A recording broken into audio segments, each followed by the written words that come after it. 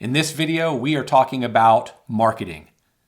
How to get clients, how to speak to your ideal client, how to figure out your ideal client, how to segment your clients. We'll talk about AI. We talk about the future of technology, the future of business. We talk about making predictions, our daily routines, and a whole lot more. It's long. My name's Jonathan Toshnick. A lot of my friends call me JP.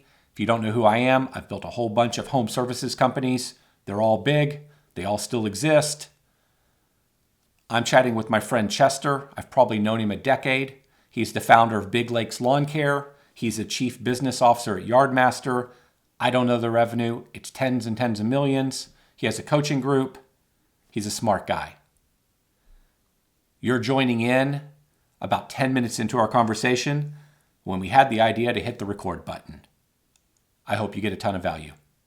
Yeah. Dan Kennedy books are like, there's too many good ideas in there. You're like, how can I possibly ever implement all this? I should go back and reread all this stuff, but there's too much information already. Too much information. Yeah. But it's interesting. Most business books I find are like a struggle. Like, it's not like reading a novel where you can just like slip into it and burn 10, 20 pages. It's like you really gotta, it's like information, right? Mm-hmm. So it's slower to read for me anyway. But Dan Kennedy books are like it's like a book of direct sales copy. Mm-hmm. Where it's like a page burner just reading a Dan Kennedy book. It's there's so many subtle things that made him so good. Unbelievably good. Yeah. And when I listen to so many people, I've probably watched at least 50 videos by Alex Hormozi. Every time I watch Alex, like, dude, this guy's consumed a ton of Dan Kennedy stuff. Mm-hmm. Everybody that's anybody has read and has been influenced by Dan. Yep. I love too how much of like how crotchety he came off as. You know what I mean? Yeah, he's like, if you want to get a hold of me, you have to fax me, right? Like he played the character. Yeah, exactly. He was a character. I use Alex in a bunch of examples because he's done better than everybody else. Mm-hmm. Alex plays a character too. I don't know Alex, but what I mean is like if you just think about what he's done, the way he looks, the whole tank top thing, wearing his little nose thing, that stuff is all a character in my opinion. Like that may be exactly who he really was in real life. He just kept it going, and that's a caricature of a person, just like Dan played a character, and it becomes extremely memorable. It's very smart. I think that was very intentional the way Alex probably does everything. I don't think it was in any way just accidental. No, totally agree. So that's exactly what Dan did. Yeah.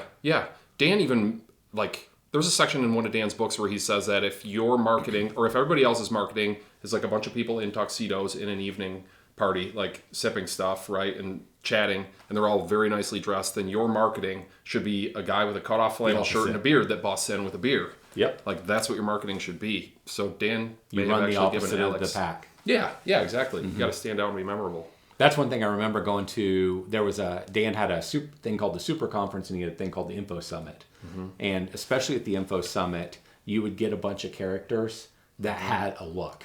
Yeah. I heard Dan Martell only wears a blue shirt, right? He does now, yeah. Yeah, he does now. There's a thing, too. Have you heard of like... McLaren was the same blue. Dan was doing the blue thing. Yeah. Okay. Have you heard of like the bear riding the unicycle thing? I don't know where you're going with it yet. I mean, I've heard of a... Well, I don't know. Maybe I don't know what I'm I might be butchering this. It's a concept where if you see a bear on its own, it's like not terribly interesting. Oh. And you see like a unicycle on its own, it's not terribly interesting. But then a bear riding a unicycle is suddenly very interesting. It's like two normal things put together.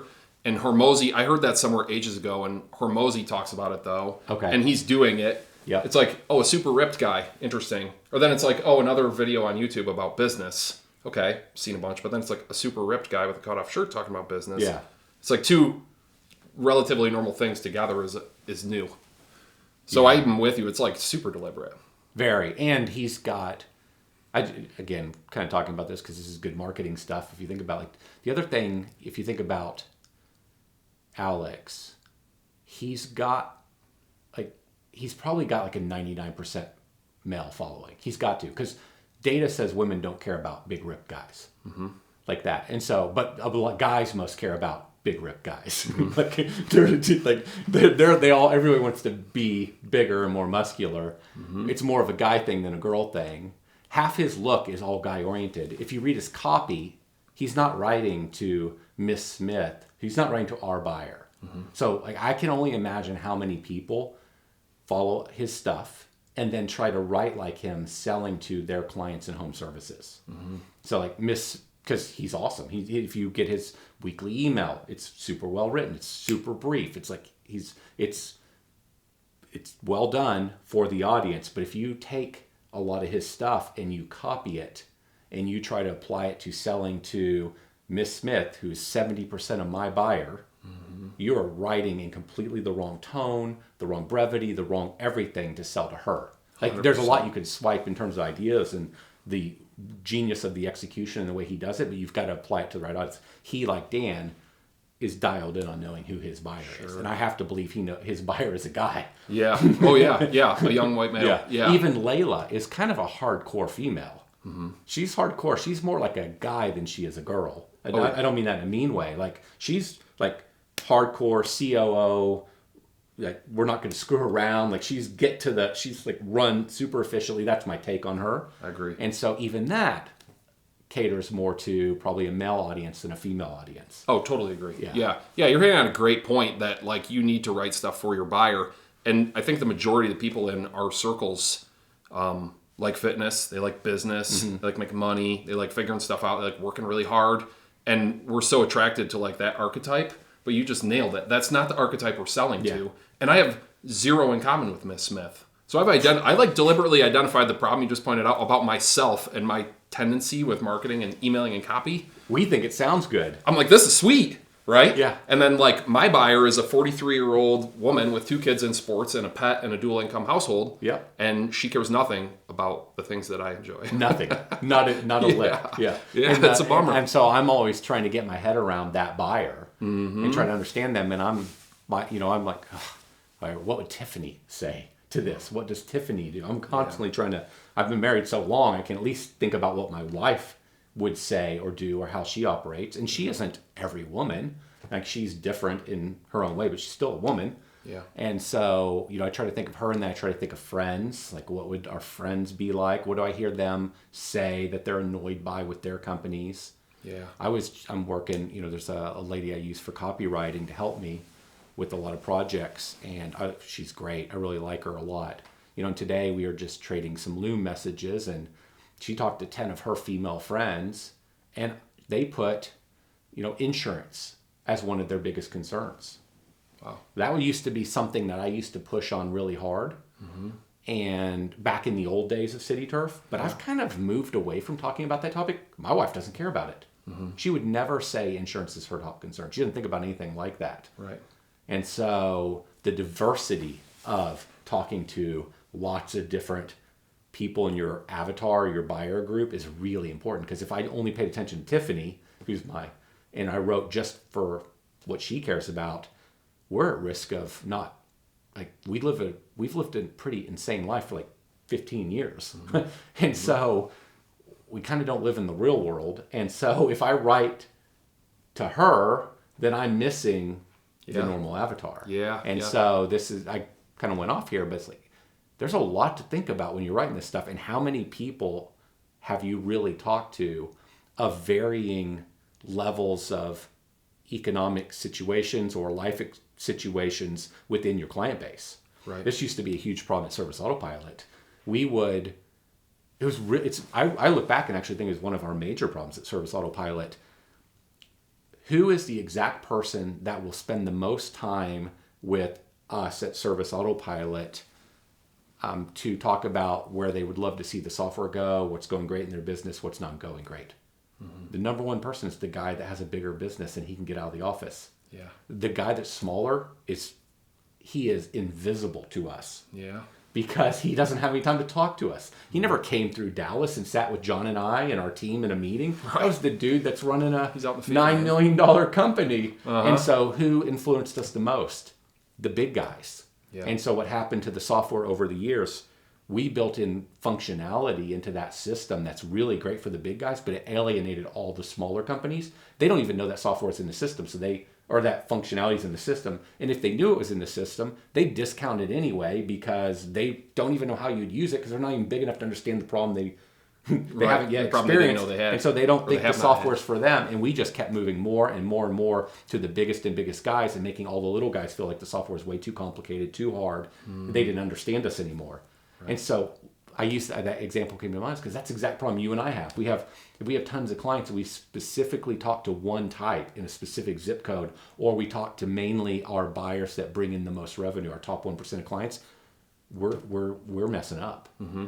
How narrow do you think the answer is to find the ideal and like really focus on them, or to try to have a lot of conversations? And then do you have a marketing piece that's designed for a specific archetype, or do you try to make it applicable to a wider range of buyers? The hands down for sure.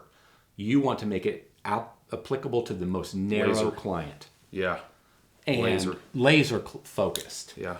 But that's like a pipe dream. It's easy to talk about doing such a thing, but it's not realistic because we don't have the data to segment the list. Yeah, and not in our space. Yeah, I'll give you an example. So this morning, one of the projects I had to get done was I was writing an email marketing campaign so I'm going to go into a little detail here, just like maybe this is a little interesting to you. Sure. But don't let me get too far away from this question of segmentation. All right, I'll try. All right, so I'm working on a tree email for our arborists, selling tree care back into our client base, which is a service I believe in it completely. Mm-hmm. I was using, when I was 23 years old, I owned a house, and I was using a tree company back then, before I even started City Turf. Wow. To feed my trees because I wanted them to grow faster. Uh-huh. And I think a lot, so here's where I'm going with this. So the team gives me the email that they've been sending for years, or that they want to send, coming from the perspective of people that love tree care. They love the business we're in. They know all the facts and details. They know all the reasons why you should buy this program. And so I get an email. This is not knocking anybody. This is the battle we all face. I get an email with really great selling points in it, probably 11 selling points of why you should buy tree care. Mm-hmm. And I look at it and say, dude, this all resonates with me. This is all correct. Like one of the points goes into a very true concept. Like in a forest, all the leaves are falling and all this stuff's falling, and that just sits on the floor of the forest, and that all decomposes, breaks down. It feeds trees, feeds the root systems. It's one big cycle. We clean all the stuff off our lawns. None of that ever happens here. Mm-hmm. We need to feed our trees. Like a real simple little point. Sure. Miss Smith isn't going to give a flip about that. Like there's some number of people in our 11,000 something client base that are going to be like, oh yeah, that resonates. Good idea. But most of them, when they saw that paragraph on their phone watching Netflix, and that paragraph just took up the whole screen, they're like, nope, I'm going back to Instagram. Like, I mean, they're not even going to read it. And so there's all these things you got to be thinking about. So side note, or sorry, can you hold that one for a minute? Yeah. Do you think long form copy's dead? No, long form copy still works if you care. Mm-hmm. And so the question isn't about, my opinion, the question isn't whether long form copy works or not. It works. The problem is that long form copy shown as the first step in the process doesn't work anymore. Right. It's because or doesn't work as well anymore. Because our attention spans have been brought down to shorts and reels and TikToks for a long time now. And so it used to be maybe you could send a long form, and it would work better. And I did this back in the early days. My most successful thing I did in the beginning of City Turf was 3 pages. Mm-hmm. 3 pages in a letter. Yeah. Wow. And so for lawn mowing. Yeah. for lawn care. Yeah. And which was heavily lawn mowing back then. We were a lawn mowing company heavily. Mm-hmm. And but I think it's different. I think long form is a step in the selling process at the right moment to the right group, back to this segmentation concept. Mm-hmm. So at first, I just need you to pay attention. Right. So what device are you getting this on? Are you getting on your mobile device? Are you getting on your computer? Are you getting it in your mailbox? Are you getting it on a TV screen? Where are you getting the messaging? What's the media? Yep. And for that media, there used to be, we were talking about Dan earlier, I think this is a Dan thing, like, as an example, what do a lot of us want to do? Like when we mail the client something, we're going for the equivalent of a marriage proposal immediately. So the idea being, if you were to go on a date, you're like, hey, let's go get a coffee at Starbucks. You don't immediately go in and start talking about getting married. You start talking about little bitty small things to see if you have anything in common. Mm-hmm. Like, if you go straight to the marriage thing, like she's probably out of there. Right. That kind of a concept. Sure. Well, the same thing with selling. If we immediately just try to make the sell, theoretically, we might and we tell them everything. We just like, vomit all these sales points, all the information. We're going to run them off. It's too much. And so you've got to step your way into it, much like you would step your way into a relationship where eventually maybe it ultimately ends up in marriage. Sure. So back to my point, there's the presentation of the messaging needs to be stepped into depending on the situation. It's a very different situation if I'm standing in your lawn and we're having a conversation than if I'm showing up on your whatever size screen this is while you're watching Netflix. Right. So back to the long form. The long form may have a place after a couple steps. I first pull you in with something quick and short. Right here. I might be able to convert some number of you, the audience, to just click reply and say, I'm interested.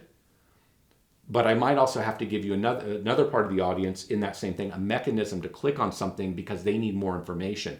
Maybe that click then takes them to a page that is more long form or video. Does that make sense? Total sense, yeah. Yeah, so it's when do you present the long form? Long form could still work. Right. That's compelling though. It could be too brief and then alienate people who are heavy fact-finding types. Yep. Right? So you need to have an option, like a learn more option for them to access the long form.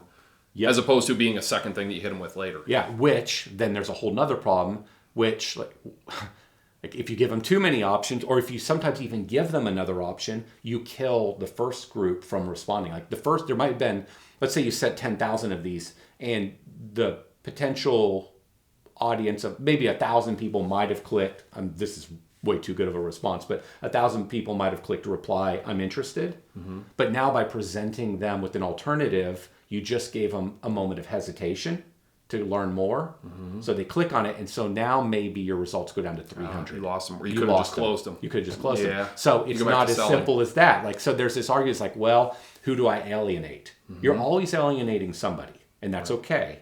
It's designed that way. Yeah, right? And so you just have to figure out what's the best scenario. Yeah, who do you want to alienate? Yeah. Right? To get to your best buyer. Yeah. So back to the tree email, though. Yeah, so back to the tree email. So our problem is that, I can't segment this.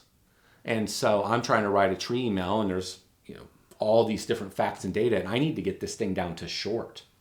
And so whether or not this is, we're going to test it, whether or not this is the right approach, whether or not this approach will work, but to kind of talk through the logic here to give an example, I'm trying to get into the buyer's head in as few sentences as possible with as little information as possible to yank on an emotional chain and make them kind of nod along and say, this is something I'm worried about or something I want. And so basically the concept that I ultimately came up with was this idea that there are two types of tree owners in our area. One is a person that's bought a home that's somewhat newer, and they have young trees. And every time they get the mail, every time they look at their home, they're like, I can't wait till those trees are bigger in my yard. I just want them to be bigger because it'll make I love neighborhoods that have big trees. I want shade. Mom's like, I can't wait till the trees are bigger and the kids can play in the backyard at 4:00 in the afternoon. Mm-hmm. I can't wait till this tree's bigger and there's shade over the pool so we can swim in the pool in the middle of the, there's all this. They just want it to be bigger. Mm-hmm. And then there's another person that has the big trees. That'd be me. I've got hundreds of big trees. Every time there's a storm, you own a whole forest. Every time I come back into Dallas, the first thing Tiffany makes fun of me. The first thing I do is I look around. Are all my trees still? I can tell you I've lost 6 major trees since I've owned this house. Wow. In 7 years. They're massive, very old trees. Yeah. I know I've lost 6. I don't think when I owned my previous house, I had 3 big trees in my lawn, not like this place. Mm-hmm. And those trees, my first house had 3 big trees in them. Mm-hmm. And that mattered to me when I was 22 years old and I bought my first house. And then when I bought my next house, it mattered to me what the trees were. I don't think I'm unique in that. Like when we drive down neighborhoods, like, oh, this feels good. I love the trees. Same or for sure. Yeah, so if you have a big tree, it's like I remember in my very first house, I had this giant live oak, and I loved that tree. Mm-hmm. And it made the house because a lot of the other homes had lost trees or didn't have the trees. And my house was one of the best looking because of the trees. Yeah. As of my first home, it wasn't like $1 million home or anything, but the tree made it. I'm being long in my explanation, but I think it matters to making a point. And so, again, this is me trying to think through a buyer, and so and get to the most simple concept. If you have mature trees, it would be devastating to lose your big main tree in your front yard. That would be a sad moment. If you lose the big giant tree that your kids played under for 10 years and their friends came over and they all played in the pool in the backyard and that tree dies, like, that's a sad thing. You lost the tree. Like, the family grew up here. They grew up under that tree. Yeah. And so that's what I'm trying to figure out. So like in one email, because I can't segment, if I could segment, I'd send Why can't you not segment? I don't have data on every single property to know, is it a mature tree lot or is it a younger trees? Okay. I need that tagged in our software. Got it. That's where we're trying to go as a software, as a company. Mm-hmm. I want data I call it, there's different kinds of attribution, but I want data on all of our properties where a human being literally just tags everything, because then I can segment. Yeah. But that's expensive. You could do that with I bet you could do that with some kind of AI. You could, or like a walk through, Meta Glass walk through, and you probably could. it. Yeah. Right. Or just maybe a camera on a mower. There's a lot you could do. Or where your guys are going to these properties anyway. Could you film? Could you just gather it all? I often think yes, you could, and that's where it's going. But there's this other part of me that says, if you make it that complicated, you got to find the software, or you got to build the software, you got to do something, then maybe we'll get that initiative done in 2 years. Or I can just have humans go click, click, click, click. Yep. Next time, every time we're at the property, eventually we'll make it through all 11,000 and we got it. Next time you're doing an inspection, next time you're driving by, click, click, click, click, and it's done. True. And we can have that done this year. Yeah. That's a great point. Yeah, so great point. There's a lot of ways to think about this. I always remember you said there was one of the sessions you gave where you talked about how one of the massive restaurant chains like Chili's or something, you're like, they still have people at the end of the night tally up like everything, like how many forks do we have left, how many plates did we break, like on paper, right? Like a national restaurant chain. So it was like an empowerment of like, don't just wait for automation or like a system that doesn't, like, there is manual work to be done when you own a business. 100%. Like, that's what we all do it. Or like, we all think it should be easier. Yeah. We all think it should be easier. While what's happening is all the guys that say, well, it's not easier, so we'll just throw labor at the problem and we'll just do it anyway. They're all winning. Yeah. And all the guys are like, well, my software doesn't do this. I can't get this report. Poor me. Yeah. Poor me. I guess we can't do this. If I give you $1 million, could you figure it out? Like somehow? Yeah. Right? Of course. Because it's probably worth $1 million. Yeah, some exist. Yeah. So, but you raise a great, and I did talk about this in the academy. It's like so much of what we do is like, well, my tech won't do this. And so we're like, okay, so I can't do it, or I need to find a system to do it, or I need to build a system. That's the world we're moving into with AI now. Now the idea is going to be, I'll just vibe code, I'll build my own system, but then it's going to take forever. Yeah. Or we could just spend a little money and put humans on it and get it done. That's what fast companies do. Yeah. And so, I think that's an incredible. It's like Service Autopilot was never like, it never had all the data it should have had to do all the costing and all the cogs and all the stuff. I wish Jonathan had been smarter in 2010 and had built all that in from day one, but he didn't know. Right. I didn't know. Right. I was learning too, like everybody else. I wasn't tracking that data at City Turf like I should have been, so I didn't know. I learned it along the way, so we had gaps in the system. And so... As they all do. And so my point is, my argument was like, okay, well, that doesn't mean you shouldn't know your cogs then. It just means, sorry, dude, you're gonna have to export some data out of Service Autopilot. You're gonna have to build a spreadsheet. Right. So that's what we did at City Turf. Like how much mulch did we buy? So it's like, it sucks. I wish it did it all, and I wish Jobber and Aspire and Service Titan and everybody else did it all, but nobody ever. Spoiler alert. And even in AI world, it won't. Right. And you're like totally barking up the wrong tree if you're waiting for that or looking for that or working at that. You know what I mean? Like, you just need to go, like, the work needs to be done. I have a kind of a direction I want to take it. I want to ask you something. Yeah. So you're talking about getting data on every property and then being able to go super in depth and like have a really pointed upselling and marketing. Yeah. And I think you've built a really, of course, a really profitable business, but like you've gone really deep into the density, into your market. Yeah. Right. Yeah.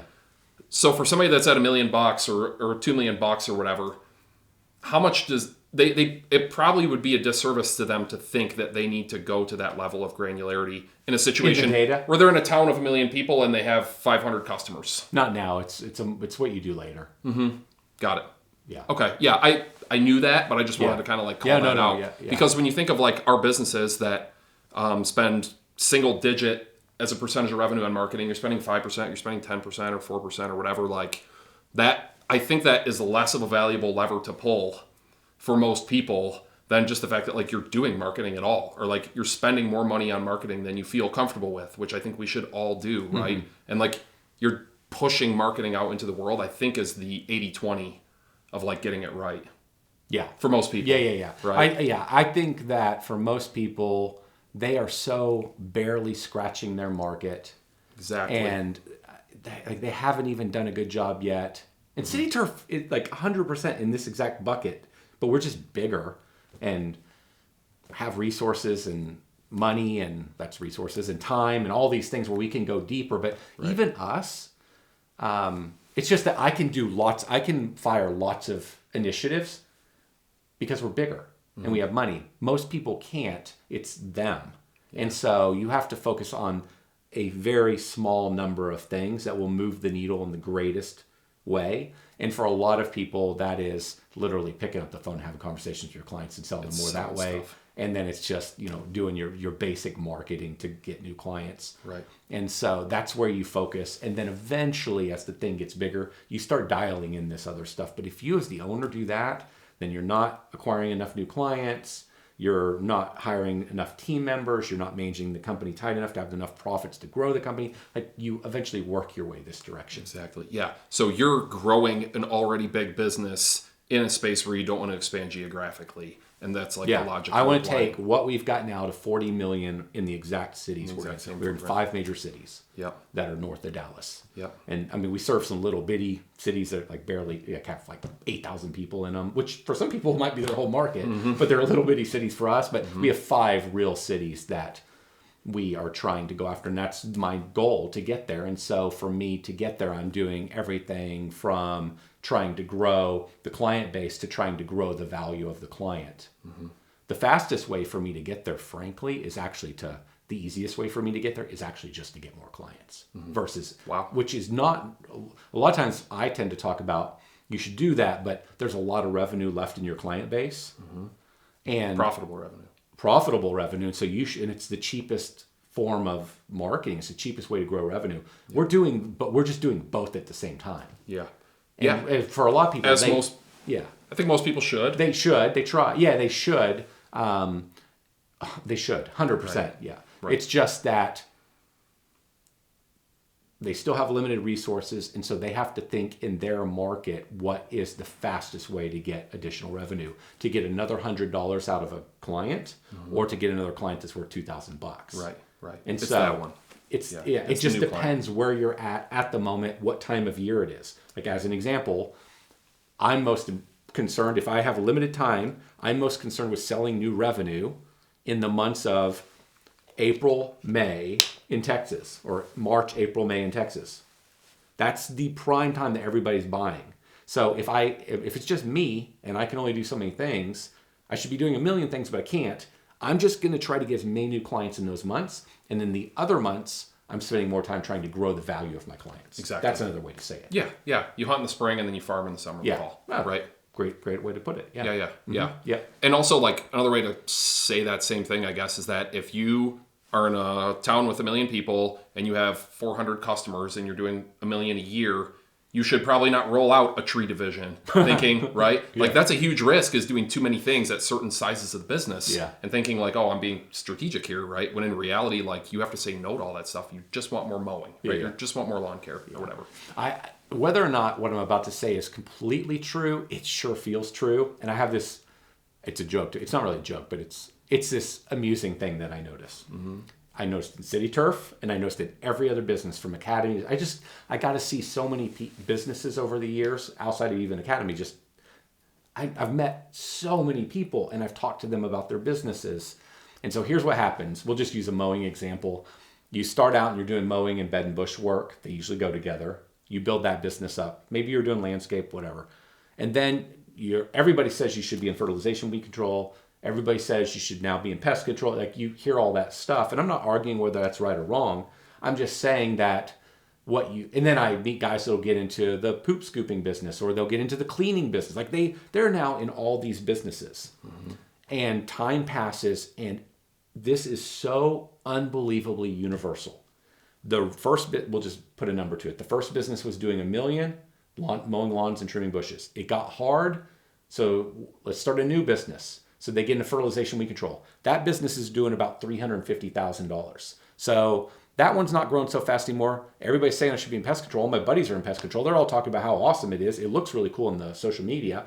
Getting pest control, that business is doing about $125,000. And then like, well, none of this lawn care stuff, but I know some people, and I went to a conference and there was a lot of cleaning people that are doing really good. So now they're getting cleaning, and that business is doing about $70,000 a year.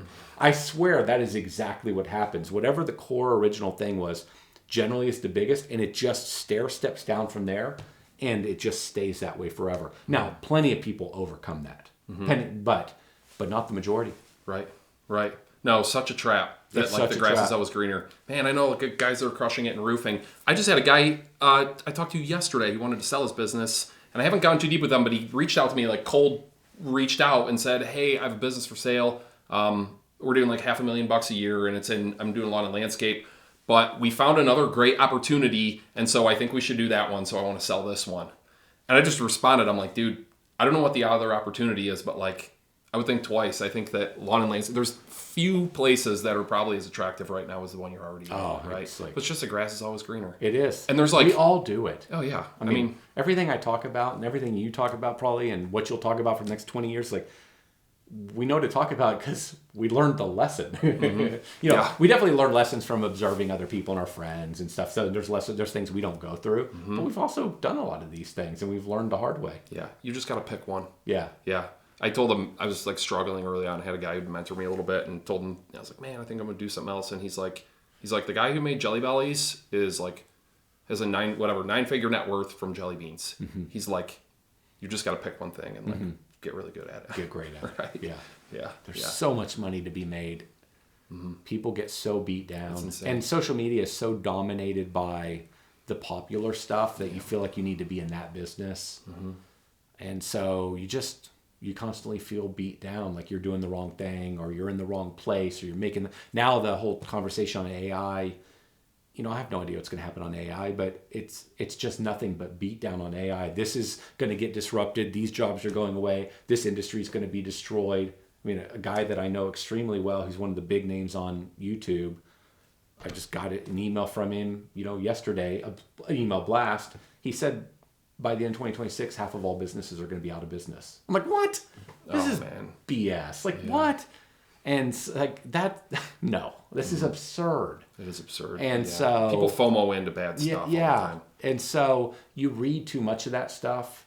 You watch too many of the wrong YouTube videos, too much of the Facebook, whatever. And then you're just going to feel like you're doing the wrong thing. And then you're going to bounce all the time. And you're never going to be the jelly bean guy. I'm not going to be the jelly bean guy. Yeah. And I think like... The punchline of that story is it took him decades or whatever, right? But of course. It takes everybody a long time. Yeah, it takes everybody a long time. That's the other thing too, right? You always expect that it's going to come sooner and it's going to be easier. And I'll say this, what I did, I didn't quite do that. I squirreled into a few things and like got schooled really quickly and came back out of them.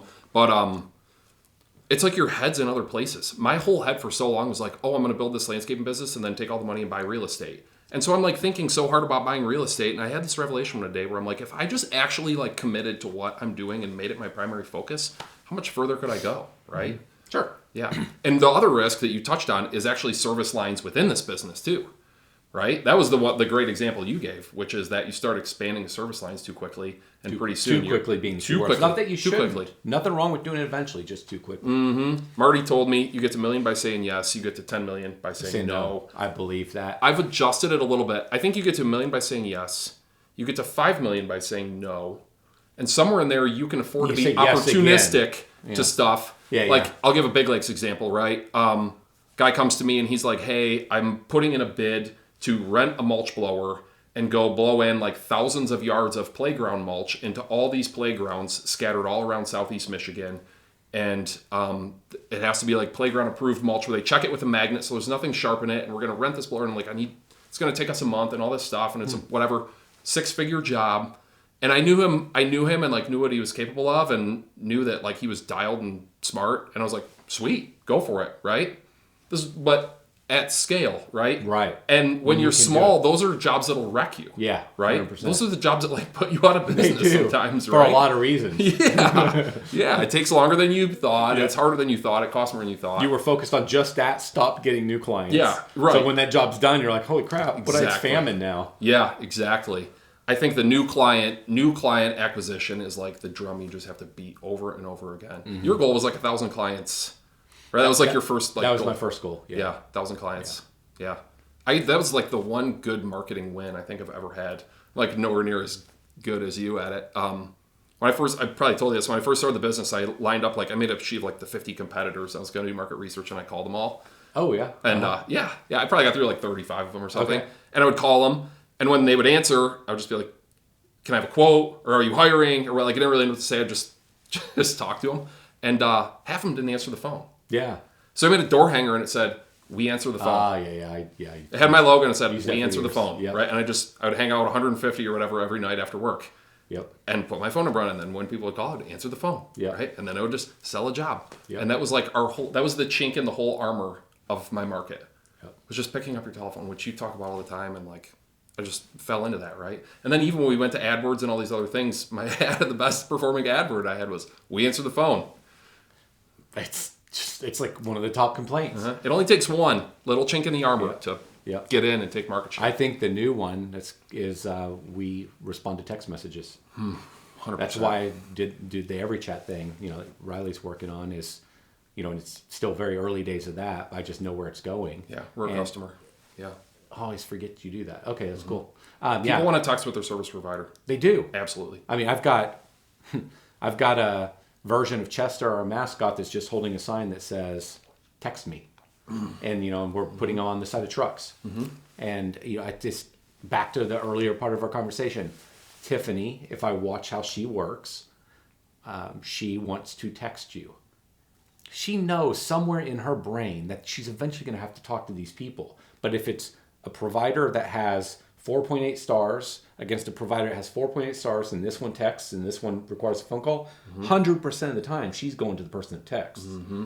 It will probably end up as a phone call eventually, but she will still, like, if you think through it, it's like, who cares? Just shortcut the whole process, call them and be done with this thing. Right. But no, she's going to text them. Right. Everybody does that. And my theory is that we're all walking around with this giant to-do list in our head. And when I text you, I just move my to-do list to your to-do list. Now, if I think about it logically, nothing got done.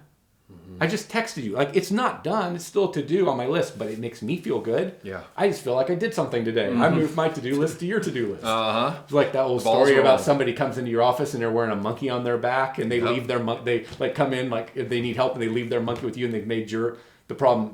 It makes the employee, the team member, feel good. Yeah. Like, hey, I got this done. I was like, you've done nothing. We've moved nothing forward. Now we've got two people that are bogged in. Mm-hmm. That's what a text message kind of does, but that's how the world wants to work. Right. So you got to do it. You got to play that game. Absolutely. There's a lot, but I'm a big, big fan. Like, again, where every chat's really going is, I don't want to talk about too much, but where every chat's really going, text messaging and email and all the stuff that's been built into it matters in a really, really, really big way. And so I actually, even though texting is less efficient than calls, I want to shift my people to text because of where this less efficient than calls. I think so. Explain. I can do a call. Maybe the call's 12 minutes, and I can give you all the sales points. We can talk through it. I can understand all your objections. I can learn all kinds of stuff about you. I can speak to all your concerns.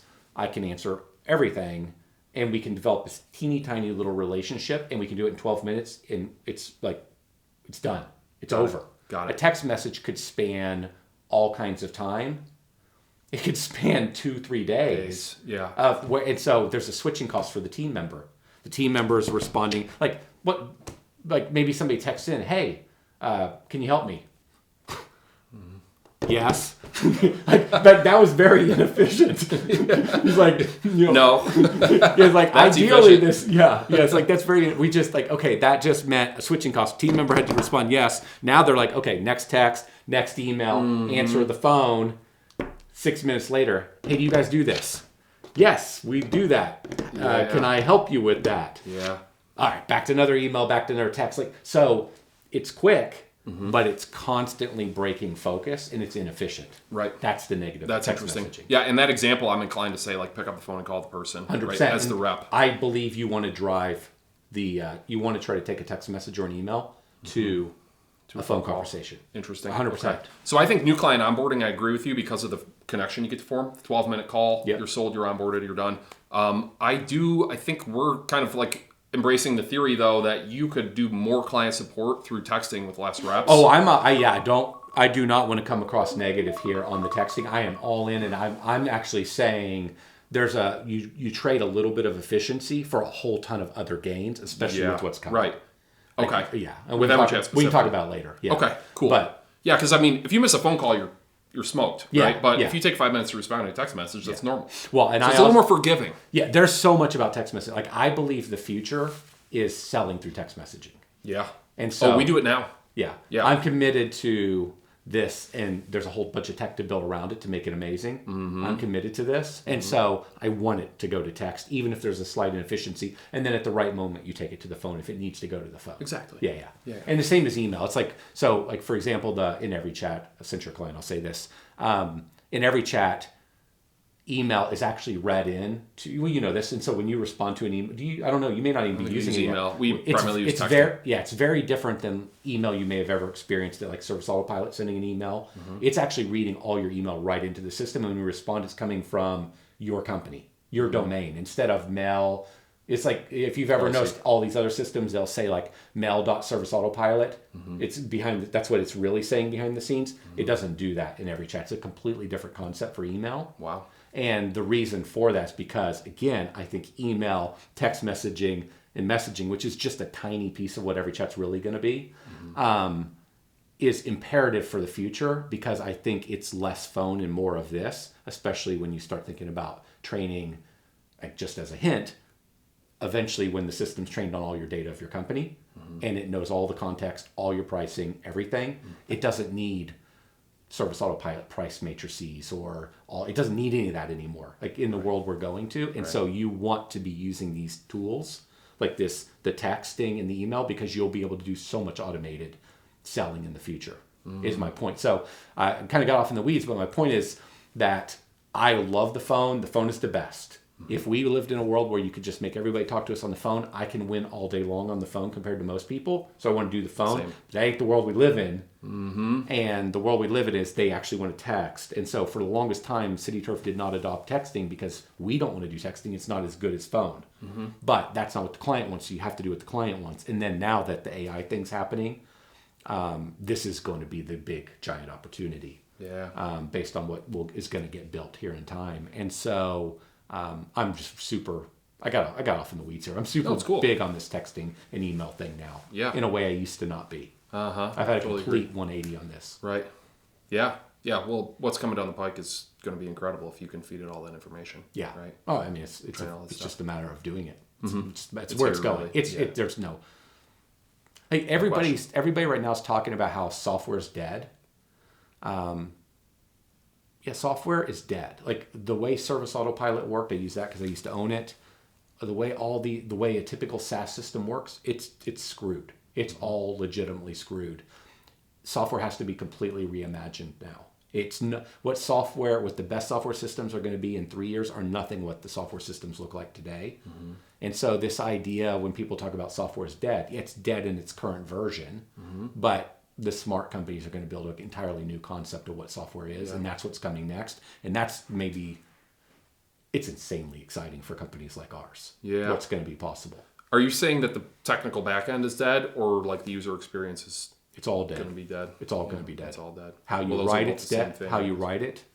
How fast you write it. What the user interface looks like. How you store the data in the database. So in the software, it's called a CRUD database. Like it's basically data in and data out. If you think about most of the systems you work with, you put data into the system, the data gives you, and then the system gives you back data on a screen, on a report, something. That's not the future of software. The future of software, or whatever it will be called, is the system is telling you what to do, and it's doing it for you. And so it's not like the old paradigm is you just put data in, you get data out, and then you decide what to do. The new paradigm in time is going to be It's collecting data from all kinds of sources, and it's telling you what to do and when, and it's doing as much of it as you can as possible. Mm-hmm. Right. And so that's where software is going. That requires a completely a new kind of architecture. It requires all kinds of stuff that's very different than what I had done historically. And so it's changing drastically. Yeah. I think one example of where that may be applicable is like the middle management layer on these businesses, like an operations manager, whatever you want to call them, right? Like, I think if that person just had like a more comprehensive strategic decision-making partner, right? To tell them like who's the most profitable, who's the most efficient, how do I route this, when do I call in for the materials, like all those That's sorts your of things. technology. That's your technology piece. Yeah. And if I think maybe the byproduct or like unintended consequence, one of them could be is that if that manager is now capable of managing twice as many people because he has more strategic partnership, Yep. You could pay all the people more. Yeah. Which That's solves what your labor This problem. is what I believe. Yeah. Yeah, I did a 5 for 50 video recently where I talked about this concept that right now in your profit and loss statement, this much of it's labor and this much of it's tech. The future is like this much is labor and this much is tech or whatever. I don't know what but we're going to become more and more technology businesses. Not that we're going to be writing all of our own software. I don't really buy that scenario that we're all going to vibe code. Do you really want to spend the next month vibe coding software? It's already so cheap. I just want to yeah. And so it just doesn't. I don't want to troubleshoot my software when my guys. And you don't want to. You don't want to be down on Monday morning. It's like, oh crap, I never thought of that. Or it's like nobody wants to do that. Like no. And so it's not. That's not really where it's going to go. I don't believe. But my point is that we are going to need more tech in our businesses. Like you're very forward thinking, and so you're going to implement that tech, and you're going to win. A lot of people won't do it because they won't spend the money on it, and they're going to lose, and they're going to get hurt. It's amazing how quickly people have expectations of what something should cost. Yeah, like especially in tech, it's like this is incredible. Oh, you know it's insane. It's like $500 a month or whatever, or $200 or $2,000 or whatever. Like I see these. I mean, it's brutal. Service Titan is very expensive. Yeah. But I see all these guys that are just bashing Service Titan. Like these guys have been scamming us and ripping us off, and they suck, and they don't know how to build software. I mean, hundreds and hundreds of comments like this about Service Titan. Their stock is getting wrecked right now, too. It is. It's way down. But all SaaS companies are getting wrecked right now. Yeah. It's like it doesn't even make sense. The software is what made it possible for you guys to build these tens of millions of dollar companies that you sold to private equity. But now you think they're a bunch of idiots that built the software just because they didn't build everything you wanted. Yeah. It's like way harder than you think it is. And so now it's like all these people are listening to all these Facebook posts that you're just going to vibe code all your software. And so they're like, so now, anyway, it's like blows my mind. This is like the big tangent at the moment. It's all going to die down. It's all going to go away. Yeah. And it's like the software is what enabled so many people to build these bigger companies. And they forgot what it used to be like before these companies. To write Service Titan an $8,000 a month bill check, and you're running a $50 million company, who cares? Right. And the amount of overhead and team and R&D and infrastructure they've invested to like build that solution for you is just something you could never afford. And some dude just sold his company for $100 million. And had he not had Service Titan, he would have never built that company. He would have never made that money. Yeah. It's so ridiculous. And it just proves, and that's the early days. Like where we're going now, tech's just going to become a bigger and bigger part of it. And it's not going to become free. And you shouldn't even want it. You shouldn't. I don't want it to be free. I want somebody behind it that's going to keep it running. I want it to work. Anyway, we don't have to get off tech. I just like tech. Yeah. So, but it's kind of exciting and it's kind of scary all at the same time because it's impossible to know where it's all going. But I am convinced this is where it's going, and the best companies are going to adopt quickly, not too early. I think you should let all that stuff just kind of. It's a lot of hype and talk right now. Yeah. You don't have to be first, but eventually you need to be in this game and you'll win. Like you guys will do it, and it'll benefit you guys massively. Right. And massively. Yeah. You'll just continue to pull away from everybody else. Right. That's where the world we're moving into. Do you think that that's like home? Are we being home service specific right now, or home service agnostic? When you talk about agnostic, I was talking in home services, but if we do zoom out, this is going to happen to every business everywhere. Can you give me a specific example of like your 5-year vision of how a best-in-class home service business will utilize technology? I know it's a huge question, but maybe like a few examples in that business of things we do now that we won't do anymore because at a very, very high level, the way I think it. So anything that's digital is a phone conversation, actual conversation talking, a text message, an email, any type of data, anything that can run across a computer can be digitized. Whereas anything physical like a truck or a human doing the work, that's an atom, can't be digitized. Yep. Everything else is at risk of being disrupted by AI. AI can figure it out. They can replicate it, it can copy it, it can mimic it, it can learn from it. So if that's the case, somebody like me, my whole world is digital. All I do is think and have conversations and text and email. I don't do any physical. I do nothing physical other than write with a pen on paper, and that can just be done on a piece. I don't push a mower. I don't do anything. Every single thing I can do can be digitized. Yep. Therefore, every single thing I do can be learned by an AI model and done by an AI model with enough data. Yeah. And so, if that's the case, the future is, in my opinion, that your technology is taking all the same inputs that I take in, and it's looking at billions of examples of other decisions that people like me and you and other people make, and it is mimicking that. It's pattern matching. It's piecing different concepts together. And so the technology should take in the inputs, and then the technology should do the thing. And so anything that could be digitized can be done in the future. So what does that look like? That looks like a software system that's identifying issues, and it's automatically messaging people. It's automatically talking to people. It's automatically assigning tasks to humans and waiting for that task to be done, to come back to the computer for it to do its next part. It's constantly surfacing insights up to management to say, we need to fix this. These numbers are falling. This is the offender. It's doing all of that. That's where it's going. And that's you're going to have. And that's why when people say, well, I'm just going to build all my own software. Great, build all your own software and I'll run all over you every day of the week, because I'll buy a software that has 100 people and 1,000 agents working on it versus just you. Right. And this will be so advanced that we'll walk all over you, and that's what's going to run my company eventually. Right. And so that's where it's going. It's like, so again, I don't want to say too much because it's Riley's business, not mine. And there's a big vision, but one of the core reasons why it has tasks, which you probably don't even know yet, it has tasks in it. It's brand new. Like a ticketing type feature? Yeah, but better. Okay. Where that, like, think about why that matters. This is a longer term vision. Why does that matter? That matters because in the future, your technology is making decisions. It's seeing insights and it's doing things. It's following up, like this stuff automations could do now. Following up on estimates. Like we'll just use a simple example. Following up on estimates, doing certain activities.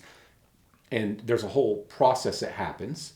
And in whatever the process is that's been automated using AI and automation technology, which will feel very similar, but there's a human still in the mix. So how does the tech tell the human what to do with the task, with the ticket?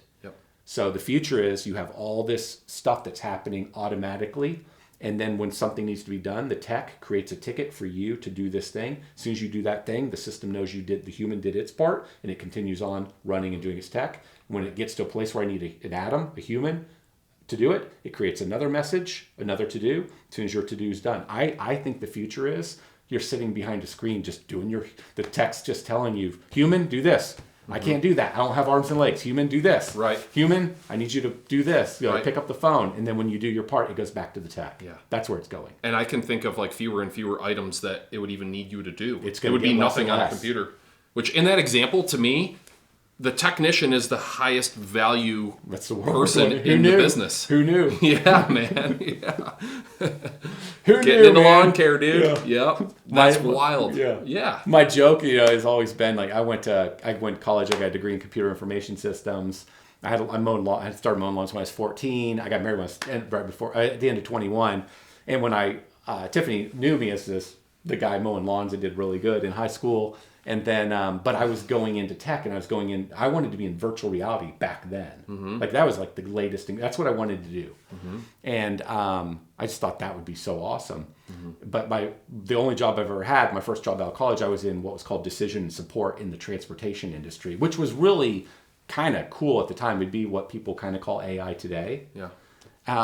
Decision support. That's like an interesting... Decision support it's technology that's helping you make decisions about your business, giving you everything you need to know to make the decision. That's kind of what we're talking about here. It's very much what we're talking about. It's like a brain that can tell you what to do. It was the original vision for Service Autopilot. John and I just sold the business way sooner than we'd ever dreamed to. But we always wanted to apply all the stuff we'd done in logistics, and because our first software company together was in logistics and doing this kind of stuff with mapping before Google Maps. We wanted to bring all that Service Autopilot. We just never got to that part of our vision, which is always really troubling for us. That's why we wanted to come back and do it again, but we're not going to. But my point is that I did this decision support thing, but the thing to remember is I mowed lawns, then I did trucking, but it was really software. And then when John and I, our first software company, didn't make it, we were working too hard on a problem. Then I ended up helping build a cleaning company. Then I ended up doing City Turf. It took me a while to get, and I kept doing consulting. So Tiffany's joke was like, I thought I was going to marry somebody doing something cool like virtual reality and technology and stuff, but it didn't work out. And so instead she got a guy that mows lawns, cleans movie theaters, was in trucking. I did all the boring stuff. But what got me off on the tangent is who knew that was the best stuff to be doing. Because the guys that win in technology are like, it's a small number. Yeah, it's incredible. And so we are all now positioned in like what I think is going to hold up tremendously well. I know. People ask me like, how did you start the business or whatever? And like, I just kind of fell into it, right? But I'm like, little did I know that it's like highly fragmented, right? Unsophisticated competition, recession-proof, recurring revenue model. Everybody buys it, like ubiquitously accepted as like a thing that I need to buy. Like it's like the greatest industry in the world, dude. It's insane. and two other great things. So early days, Service Autopilot, I was predicting. So back in the day in Service Autopilot, the companies that were getting all the big valuations in the green industry were commercial guys. The lawn care guys, the residential guys they never sold for anything meaningful. My prediction was way back that eventually residential companies are going to start selling for a lot of money. And the reason I thought that was because a system like Service Autopilot, which was unique to a jobber, was we could manage thousands of jobs a day. You could do thousands of jobs a day with our software. You could manage a lot of volume and a lot of clients. Almost all the other software systems were built for small businesses. Right. So if you could now manage a big business with technology, you could build a big business in residential too, like the guys in commercial. Because commercial guys will have, as you know, they'll have big contracts, fewer clients. Residential has tons of clients, fewer lower client value. Right. And so the software would enable that, which would build bigger companies, which would then become interesting to investors. It's exactly what's happened. That's what's happened. Yeah. So my continued belief is technology is just going to get bigger, and there are going to be bigger and bigger companies in what we do, which will demand bigger and bigger valuations. But also, when people are thinking about where they invest their money, and they're looking at our companies and they're thinking, hey, if you bring more tech into these companies, the margins are going to get bigger. They're only going to get more profitable, which means more cash flow. I want that. They're going to be more attractive. And then also in a world where it's like, I could invest $1 in a software company, or I could invest $1 in one of these companies. Which one can I best predict what it might look like in 20 years? I have no idea.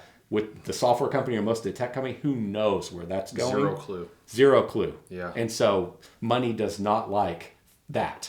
Money does not like uncertainty. No surprises. So more money, I believe, will come here. Back to the example I was telling you earlier, it's like friends that used to build software companies, like, I'm never doing software again.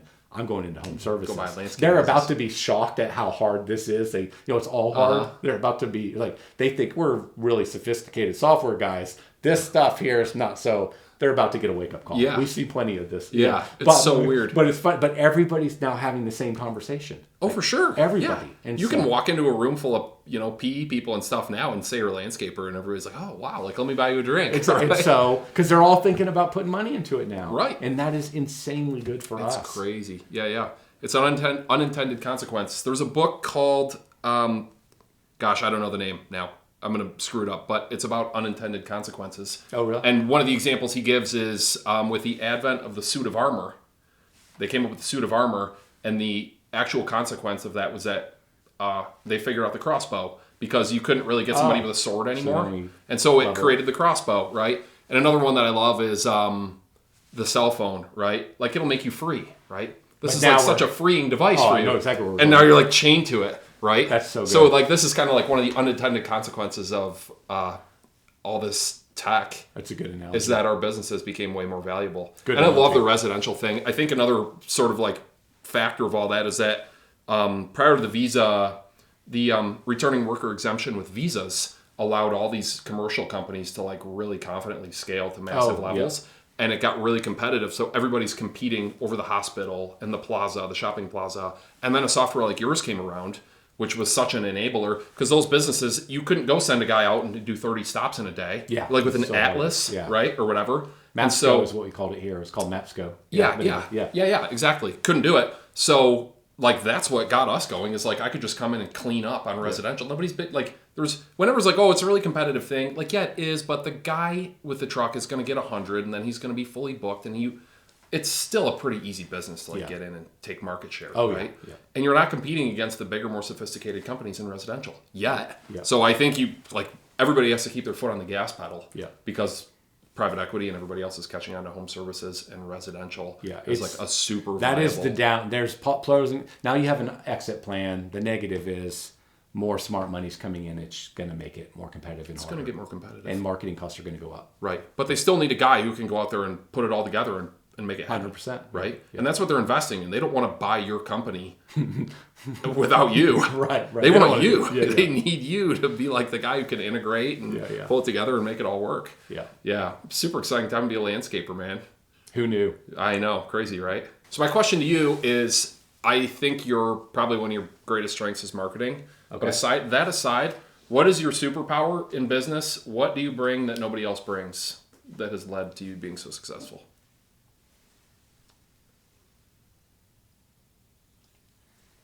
I think that's a tough one.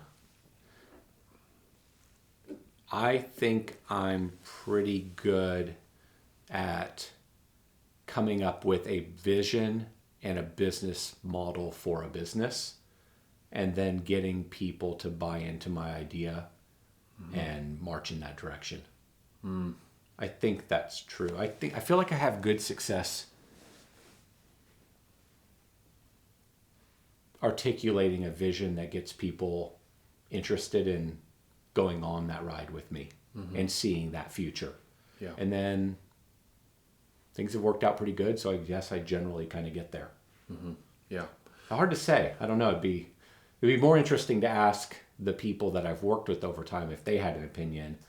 But is that what I'm really good at, or is that what I just like doing? You think you're good at it? Yeah. So, but I haven't done just one thing. I've done a bunch of things. And so I think I'm pretty decent at that. That'd be my guess. Yeah. You've been right about a lot of things too, like cloud or inbound marketing, or home services. I feel like I've had a pretty good, Those are like, how do you identify those like openings? It's kind of the world I'm living in right now. I find it to be a little painful. Like right now, I'm trying to figure out the AI world. I'm invested in a bunch of places in AI. I'm constantly thinking about it, reading about it, listening, trying to play with stuff. And I feel like the process of trying to figure this stuff out is kind of painful. It doesn't feel relaxed to me. It feels a little stressful. Like Riley's building every chat. Well, I worry for him a bit. What's the future of software? And so I think about that a lot, even though it's not my business. I was sure I was going to do another software company. I still love software. But I probably shouldn't do another software company. But I still think about software all the time. Where's it going? I think about how it's going to apply to this business. I think about where marketing's going. I have a lot of opinions on the future of marketing in what we do. I'm like, what's going to happen to SEO? So I have all these. They all start as problems in my head, worries. They all start as worries. Yeah. Oh, crap. Are we doing the right thing? Is this thing going to break? Is this going to keep working? That's where it all starts. And then I have to work through those. That's how I'm wired.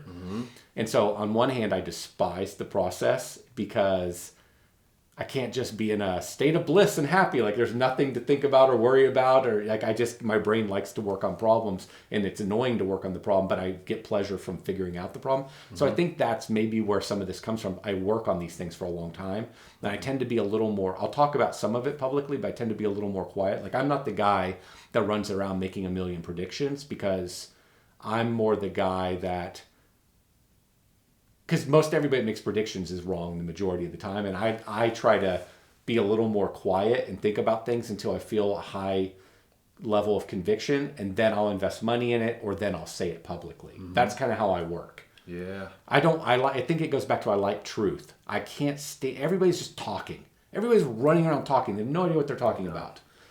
And I know I don't know what I'm talking about. And everybody's got it. It's like I think about politics. Everybody's got an opinion on this or that, or the economy, or on the stock market. And if I want to do a video on this someday. If everybody would just write down all their beliefs and all their predictions and load them all into AI and periodically go back and find out how often they're wrong, they'd probably shut up. Mm-hmm. Or if for every prediction you have, you would put money on it, then I'll listen to you.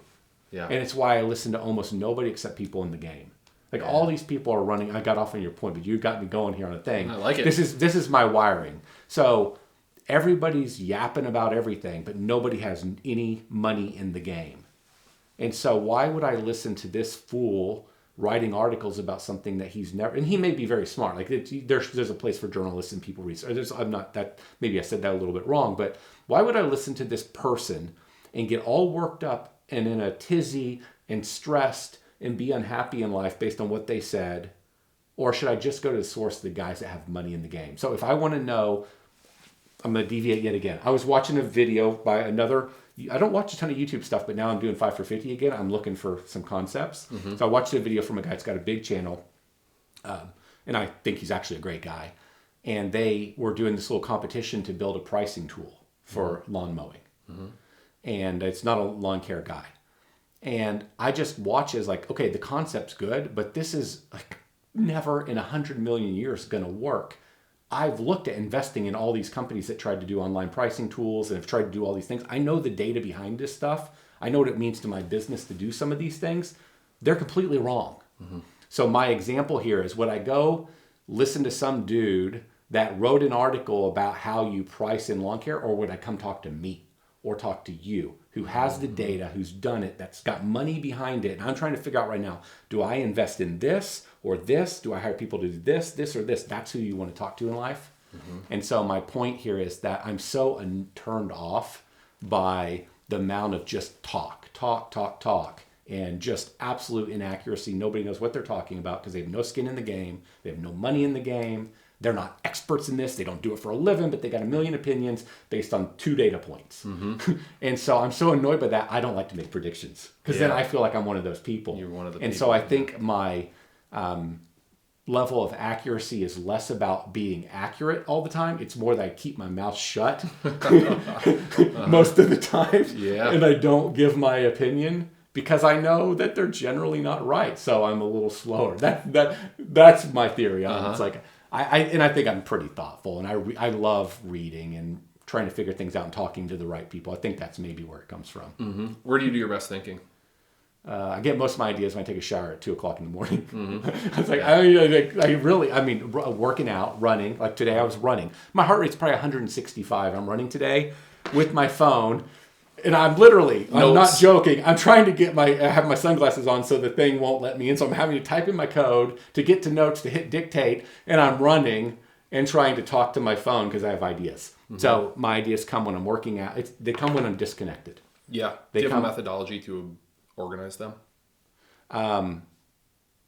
My process is all my notes go to notes in my phone. Yeah. Because the notepad is the single fastest application that will come up on your phone. It's just effortless if you're like logging into normal software to capture your ideas or logging into Trello, there's like a little bit slower. You got to click a couple things. Mm-hmm. In notes, all I got to do is click the button. There's a shortcut and it'll just bring up a new note and just go. I've been watching you do it for years. I've been in rooms with you, like way back where you're like, yeah. And it's like just in a room where people are talking. That's what I do. And you're just taking notes. Yeah, dude. And that's Apple Notes, the most elementary thing. So that's my catching. It's the fastest. So that's how I catch things. Like if you give me a good idea, I don't want to be like, yeah, I'm listening to you and I'm in Trello and like I'm loading the app and now I'm clicking on the right list and then the right board. Like, no, I need it. Like I'm now no longer paying attention to you. I want that idea and I want to keep hearing what you're saying. Right. So notes. That's my collection mechanism. My process is that because I travel a lot, and Yeah, what else are you going to do on a 15-hour flight to New Zealand? You clean up all your notes. Organize your notes. Yeah. So that's where they come in, and then they all go to Trello. So Trello, and then it's in Trello, and then you have like Hopper, in progress, started, I got my stuff. whatever. Yeah, I've got a system that I use for Trello, and so I try to use as few tools as possible. So historically, my tool set has been collect with Notes, goes to Trello, and finds its place, and most of that stuff will never get done.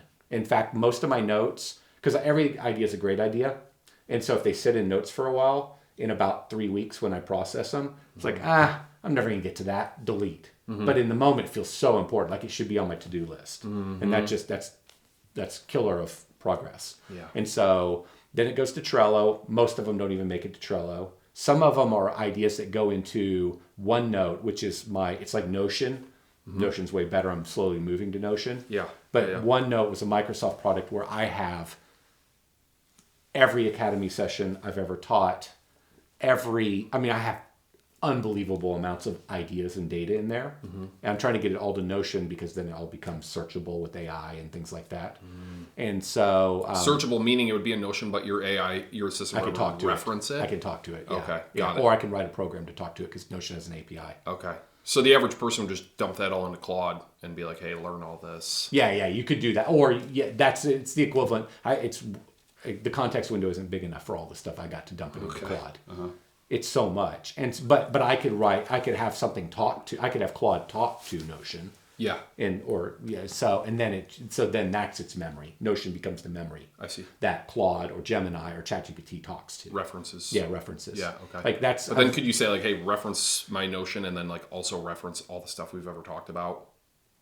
You can't do the context windows aren't big enough to do that in AI. So how do you build?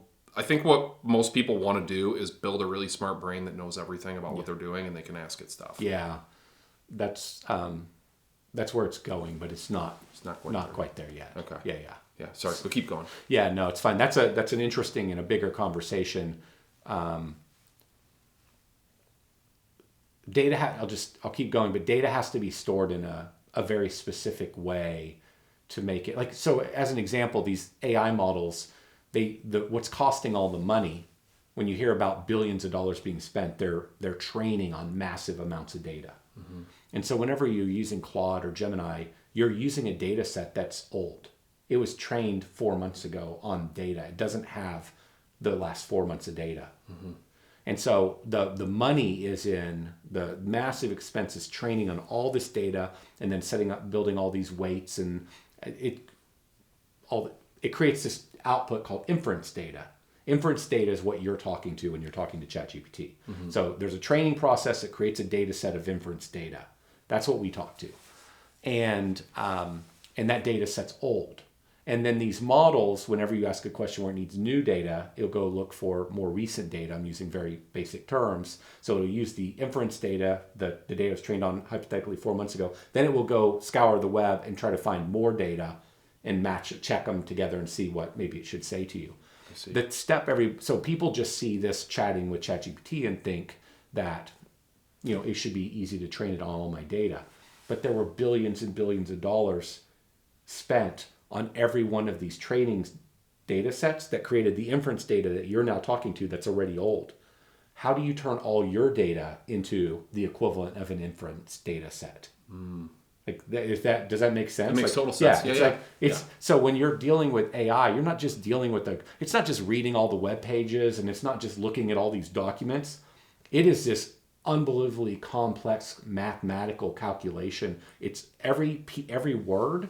If you've ever heard the word token, every word is turned into numbers. It's all just numbers. If you were to see the data, there's no words. It's all numbers. It's this crazy mathematical thing that it's all probabilities and numbers. Yeah. All data is. Yeah.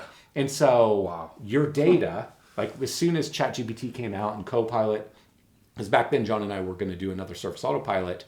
As soon as that came out, I started looking at this stuff through Microsoft and how do you upload data and train your data, like build all the data sets.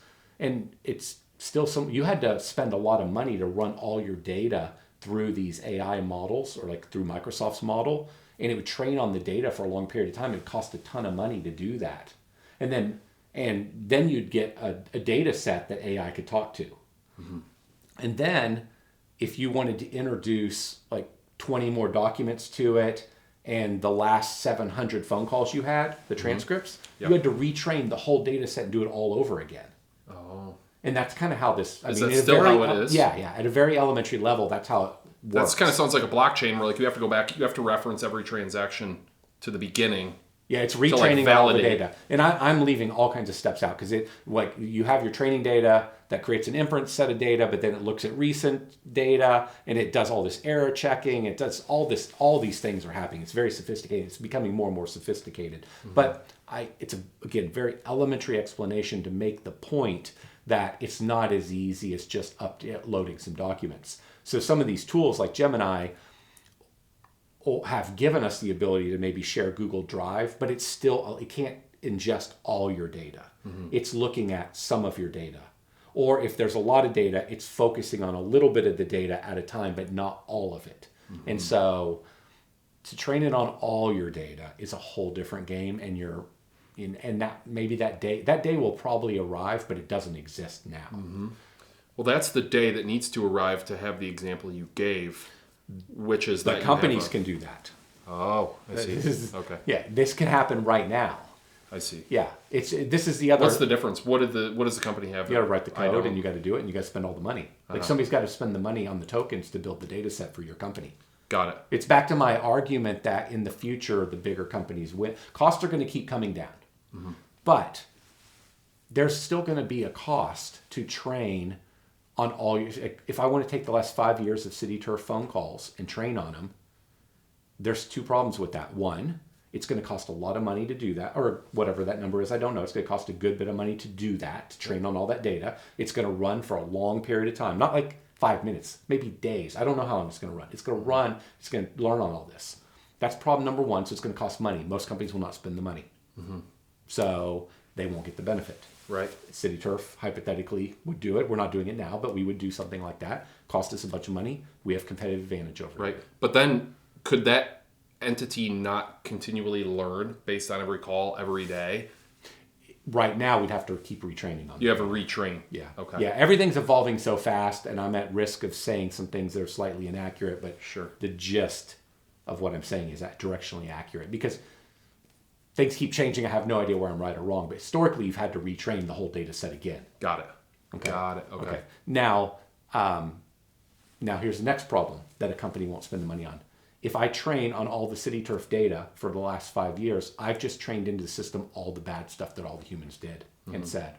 All the wrong answers, the wrong tone, everything. All the people that we fired, that we fired them because it wasn't good, all that data just got trained on. It's all. So now, who's going to go through the data and say this is good, this is bad? That's called tagging. And who's going to go through and tell it, I want you to learn this data, but not learn on this data, learn on this? That's a lot of labor. Yeah.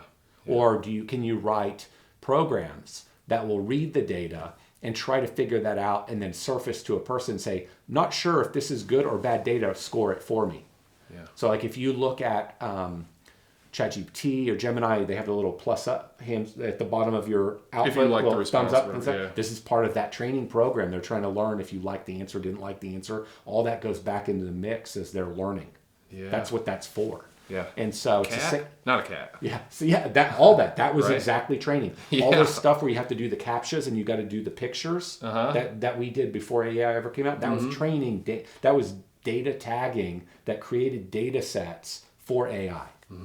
That's exactly what that is. Yeah. So everybody kind of thinks it's all going to be magic. This is why everybody's just yapping away on the internet and they think everything's going to be magic. And one day we're all going to wake up and you're just going to magically vibe code a piece of software or buy a piece of software for $29 a month. And it's going to have all the context of your company to be able to answer all the questions. Like how? It doesn't know how you talk. It doesn't know it doesn't know how you price. It doesn't know what you do or don't do. Right. It doesn't know anything about you. It doesn't know what is acceptable language in your company.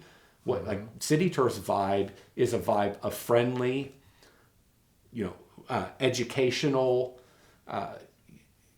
again, I'm not going to go through the whole thing, but we've got these that's in our voice. Like if you were to scan our website or scan the way, there's a way we talk. Sure. And it's a brand. It's intentional. Yeah. And we're trying to get better at that. And if you were to do an AI scan on it, you'd figure out what that vibe is that we're giving off. Well, that vibe gets carried through an organization as well by training the people and hiring the right people and getting the wrong people out. If you get bad data into that, you screw up the whole thing when you apply AI to it. So this training thing is like imperative, and that's still going to happen in the future. So you need to build a whole training data set that Yes. has been approved somehow. Yes. Yeah. Right now you do. Audited. Things are going to continue to evolve, but I can't get my head around one day how you're just going to buy something and it's all going to be magically right for your company. Because if it's right for your company, it was trained on somebody else's data. Yeah. It's like, right. So imagine if it's like me calling you up and saying, hey, can you send me your price matrix? We're going to start selling work.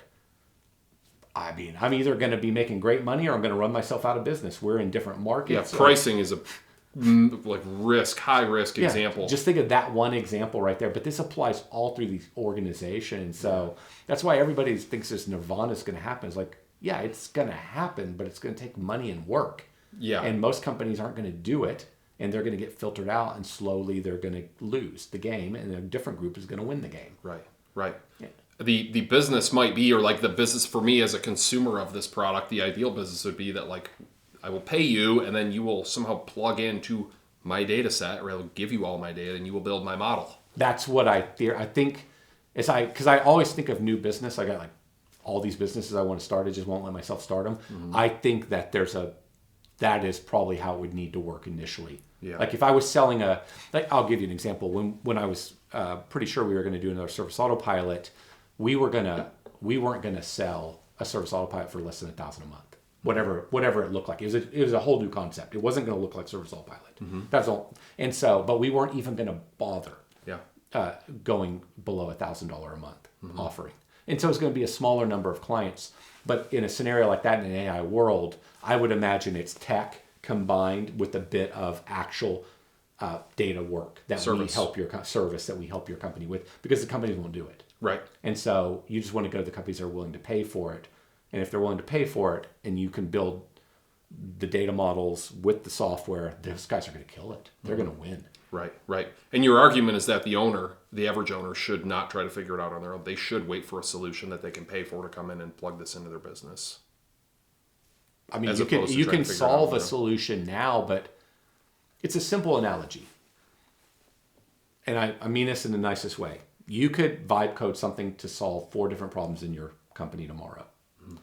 And but if I, who have done a software company before, who has a crazy amount of money, who knows a lot of developers, who likes this topic, hires 20 guys and a ton of agents using Claude Code, all this other stuff, how soon will I just build everything you've got? Like you'll build it, and then I'll build all my stuff, and I'll build your 4 features right into my software in like 2 days. And then you're sitting there thinking, crap, how am I going to build all that? Because that's some really good stuff that I need.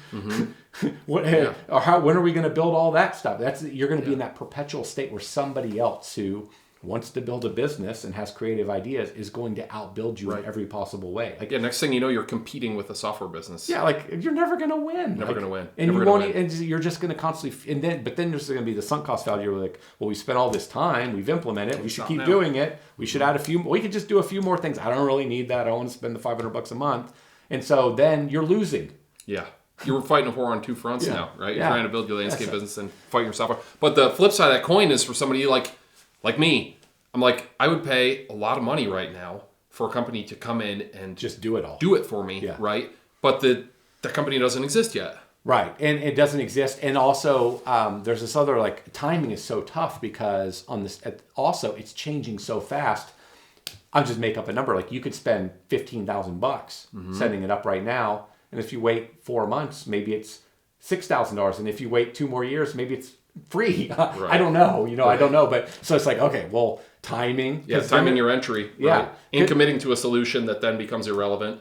Yeah, it's so hard to know right now. And then so many people, this is how the world already works in software. So many people buy the tech and they are all excited about it's going to solve all these problems. kind of implement the tech a little bit, and then they just move on to the next thing. And so the tech is implemented at like 5%. Yeah. Or they bump into a little problem because the tech doesn't do it, and they're just like, yeah. And they're frustrated and they move on to the next thing. Mm-hmm. And so there's that risk too. You go spend all this money, and you need somebody to stay on the project and see it through. Mm-hmm. You need to stay on the project and dial it in. Keep it up. Yeah, keep it up. You need a CTO. Most people aren't going to do that. Right.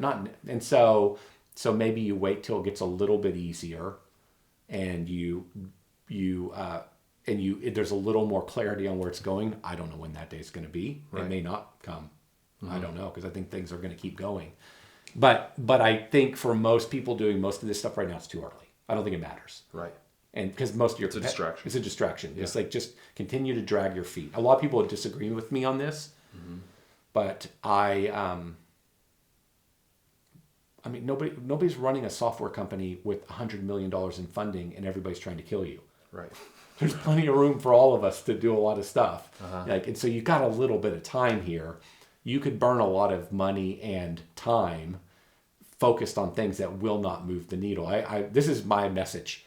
Get more clients, get more people. That's all it is. That's the whole game. Yeah. Like, eventually we'll apply all this stuff I'm talking about to the business. But right now, there's no big giant threat that's about to take you under. Just get more clients, get more people to do the work. Mm-hmm. That's all you got to worry about. You took the words right out of my mouth. It goes back to the beginning. We're talking about like, then I'll go into this or go into that or try this out. And there's so much like misguided focus of what you think will build your business versus what will actually build your business, right? The one I say is like, sell it, produce it, and collect it, right? Like, go sell more work and then get it done and then collect the money from it over and over again. It's right? still you want a $1 million business company at the end of the day. If you want $1 million company, go sell $1 million worth of work. Yeah. Right? You don't need to redesign your logo or like build a truck setup that like you can fit all the tools in it perfectly, right? Or start a SaaS to save up, so you don't have to spend $300 a month for Service Autopilot or $200 or whatever, right? Like, you need to go out there and sell jobs.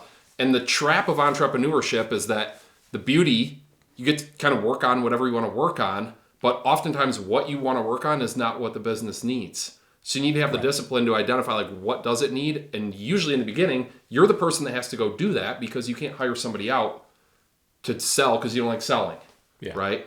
100%. You have to identify what does business need, and then who's going to do it. And in the beginning, you have to do it. And that it sucks. Yeah, exactly. And that's why a small business sucks more than a big business. Exactly. Everybody, I want to come back to what you were just saying, but wouldn't you agree? Like, it feels like most everybody thinks if they just kept their business smaller, it would be better. Mm-hmm. I mean, would you agree? Like, that is the worst thing you could possibly do. Yep. Everybody has a bigger business is like, what are you talking about, dude? Right. Yeah. Have you not met Mary, who runs that part of the business? I hated doing. I used to do that. Yeah. Yeah. When I sold Service Autopilot, I lost my executive assistant. I lost my engineering team. I lost my recruiter. I lost accounting. Yeah. And you're like starting over. You're like, oh my gosh. Yeah. I don't want to do any of this stuff. Yeah, this man. Sucks. Yeah, you were saying like it's so hard. You're like, I need to hire a marketing guy. Like, you're like, I forgot how hard this is. Yeah, it's like it's a full-time job, so now I don't have time to do anything else, and I got other things I want to do as well. Mm-hmm. And it's like having a team is so good. And like, but to get there, it's like a lot of it is counterintuitive, right? You're like, I have $1 million company, my key guy just quit. Like, whoa, let's like retreat a little bit, right? Like, we lost Joe or whatever. No, and it's like, you need to immediately find a new Joe. You need to rack up your marketing spend, get more customers, to get more money, to hire more people, to get more of this crap off your plate, like over and over again. Yep. Right? But it's tough because like a lot of people, it's like you need to pay your bills at the same time, right? It's brutal. Yeah, that's the hack. It's like if you can do it while you have a job doing something else, like. And that's one of the things I want to talk to you about in a little bit. But yes, it's brutal, dude. It's brutal. There's no other word to say. Everybody thinks it should be easier than it is, but it's not been easy for anybody. Yeah, but then it does get so easier and easier. Better. You give me an example I always remember too. You're like, I have $1 million business. This is hard. You're like, if I get to 2 million, it's gonna be twice as hard. It's gonna be twice as much of everything, right? That's what everybody thinks. But the reality is that you get to the next level and then you hire more people to do more things, and it's like 5 million is way easier than 1 million. Yeah. Right, and 10 is way easier than 5. Yeah. Because you get a team. The simple analogy is just list all the things you despise doing that suck all the joy and happiness and energy out of your life, And imagine one day, as it gets bigger, you can hire people that like doing all the things that you hate. But until you get bigger, you can never hire them, and you get to do them for the rest of your life. Yeah. And do you want to do them when you're 62? Right. And there's also, I think, a trap or sort of a headwind is like the belief system that people have, like, I don't deserve that, or I'm not smart enough to have somebody better than me, or how could I ever do that, right? I find that with so many folks that I talk to. It's unfortunate, Yeah, they just feel like I don't deserve to have somebody who shows up earlier and stays later than I do. And it's like, yeah, you do. Yeah. Right? You're the one taking the risk. You're the one who made the commitment. You're taking the risk. You're writing the check. You did your time. They just didn't see it. Of course. Yeah. And your intentions are good. Yeah. You want to help people. You pay your bills. You want to have a good business. Like, you deserve to have people smarter than you that work harder than you in their area. Yeah. Like, on your team. And if they don't want to work there, they can leave and go start their own business too. There's a billion other people. There's a lot of other people that will want the job. Yeah. Exactly. Yeah. And they're grateful to you for giving them the job. Yeah. Right? Yeah. It's such a stopper. It is. It's unfortunate. Yeah. So before we went off, or I went off on that little tangent, do you remember what we were talking about? Like, what took us down this road? I asked you, what do you bring to the table? Nah, that was way back. It's like somewhere after that, I felt like we were talking about something. I said, where do you do your best thinking? Yeah, no, I think we were talking about the technology thing, and like there was a point there I remember we were talking about, you don't have to adopt it all. It's going to get easier, better. I don't know, maybe it doesn't matter now. No, I could try to. Yeah, it's all right. We got plenty we could talk about. Go back. Did you have something you wanted to go to? Well, not necessarily, but I did have something I was wanting to talk about that I think might be interesting for people. So I've known you for quite some time now, and when we first met, you were running a crane. This is my picture. You can correct it. I'll start here. I picture you sitting in a crane on your cell phone running your business up in the sky. You're making a great income. You're managing people doing the work. You're doing sales calls, estimates. You're doing the whole deal. Is that an accurate description? On the managing people in the company, the landscaping company. Yes. Yeah. Back in the day, in the early days when I got to know you, you were running the business part-time and you had a full-time job running a crane. A crane or forklift. Yeah. Yeah. So and I was on my cell phone in the crane taking sales calls on my lunch break. And I knew you for years doing that. I mean, you built your company, if I remember, to millions of dollars. Still part-time, right? Yeah, $1.5 million. $1.5 million. Okay, all right. I thought maybe 3, but okay, $1.5 million. Yep. All right. So I've always, and I think we might have talked about this, but I've always thought maybe one of the reasons why things have worked out for you as well as they have is not taking away from any of your skill or learning. Like you've always been this, I'll deviate from it. You've always been this guy, and I think this is really smart. Like you call me up, you're like, okay, this is where I'm at. What's coming next? Tell me what's coming for the next year. You've done that with me for years. Like you've said, hey, this is where I'm at. This is what I've dealt with. This is where I'm going. What do I not know that's coming? What should I be thinking about? So you've done so many things right. But I think one of the things that was an advantage for you, but I want you to tell me if you agree or disagree, was that you were forced to run your business part-time and delegate from the beginning. You were not able to be in the business 100%. It's easy to look back. I don't want to persuade you. You were forced to let other people do things. Do you think that was good? Or do you look back and say, no, even based on where I was at the time, I would have gone way faster had I not done this part-time? How do you see that? It was a huge advantage to have a full-time job that I was obligated to. How you explain why? Because I was forced to build a real company. Yeah. Right? Guy doesn't show up. You can't. What is an owner at $500,000 back on the truck? Guy doesn't show up? Yeah, back on the truck. What is he not doing now when he's on the truck? He's not building the business. Right. Truck breaks down. Fixing the truck. Yeah. Nobody wants to come in on Saturday and maintenance the mowers. Yep. Working on Saturday. Yep. And now he wasn't selling on Saturday anyway, but now he's more tired for Monday, Tuesday, Wednesday, and he's more exhausted. Yeah. So what are all the things he's not doing, right? What should you do when a guy calls off as an owner? Find another person to do the work. Another person, right? Like then you also experience the problem, and you build redundancy in your business, and you overstaff just a little bit because you start to learn that on average this many people call in, and so I need an extra body to cover it. Exactly. Yeah. And you have like enough kind of headspace to think about that. Yeah, exactly. Instead of just that's a really, really important point right there. Yeah. So all those things, and for me, like, to be fair, I wasn't being strategic. I was just like, I don't know if this will actually work or not. And I'm a little nervous and like financially conservative. So like, I'm going to keep my job and see what I can do. But it absolutely aided me in a major way because I was like, I can't jump in the truck. I have to go to work.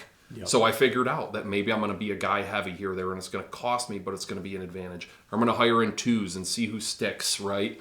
I'm going to have a backup truck, or I'm going to call, or the weird, painful things when you're a small business owner where you're like, it's $300 for a tow truck because the truck's broke down the side of the road. Like, that's a ripoff, right? I could go chain up to it and drag it back myself, but I can't because I'm at work. Yep. So, like, you build that muscle. Well, that's a great example. You're forced. You're like, $300, but I'm like, well, I have to. Yeah. Right? And all of a sudden, you build a business where you're like, okay, $300. Like, that would have taken me 3 hours, right? Well, how many sales calls can you make in 3 hours, right? Or how valuable is it to you to have 3 hours to just not do anything and have like the clear headspace to really diagnose it it's like looking at a chessboard and deciding on the next move instead of being the pawn on the front row that has shit marching at you.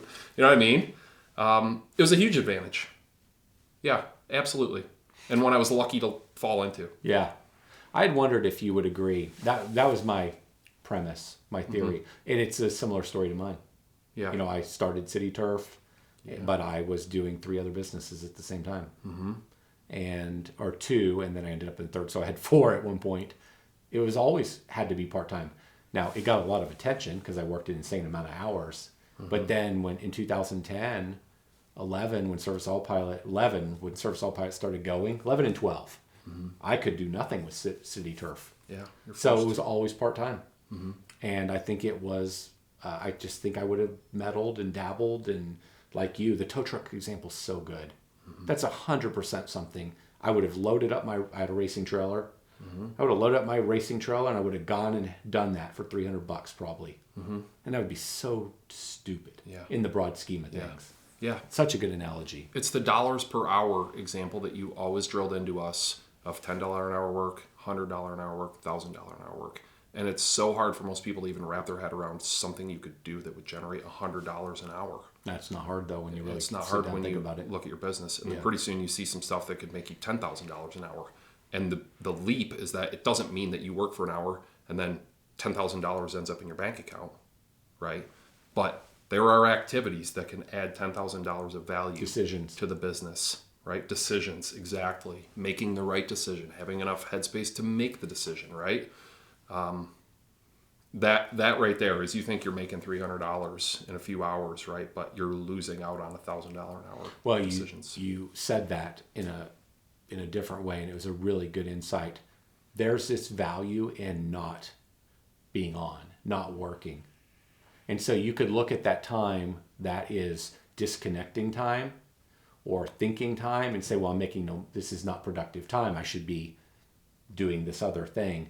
That stuff is real recovery, clear thinking, getting above the weeds and above the trees. That stuff's really, really important to the decisions, which are the $10,000 an hour work. Mm-hmm. We do this, we don't do this.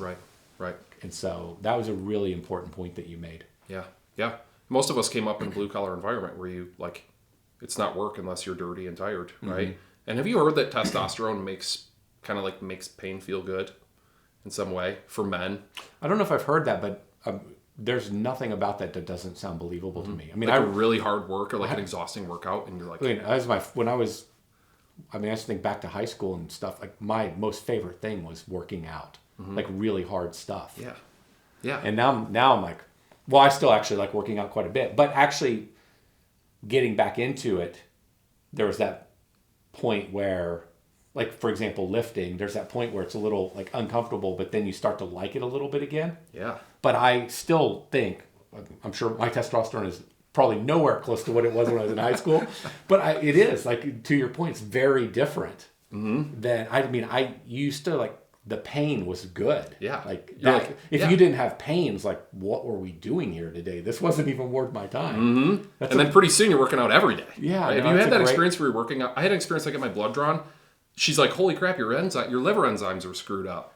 Did you start drinking again? I was like, no, I don't drink. And we had to peel back, like, you're working out so much, you're metabolizing your own muscle. Oh, that's you're not taking rest days. And I was like, I feel great. I feel the best I've ever felt.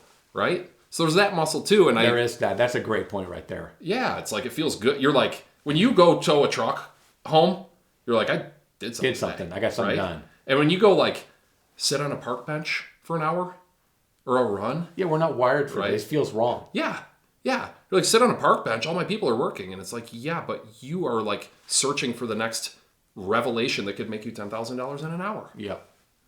You brought up a good analogy. Yeah. And I think maybe one of the, it's like a good intersection of it is what you said, is like running, but without headphones in. So you're like physically exerting yourself, but also having headspace to think. Like that's kind of where you can. I've tried it. Yeah, I have a hard time with that. I know a lot of people say I think it's a clever idea, but man, if I listen to the right music, my workout level goes up. Yo, I listen to music when I run too. Yeah, for sure. Yeah, I haven't quite cracked that code yet. I can't quite get there. I hear other people saying that. It's like, it sounds good, but there is a correlation between the right music and do as I say. How does I do? Yeah. Have you? I've like noticed that my mile times. I don't run much anymore, but it's like influenced by the music. I'm like a 7-minute mile, and I'm like a 9-minute mile, and I'm like an 8-minute mile. I don't doubt it at all. Yeah. If you measure, you're like, wow, this music is influencing my speed. I only look at heart rate, so I don't know what my pace is. Got it. I only watch heart rate, so because that's kind of what I train to.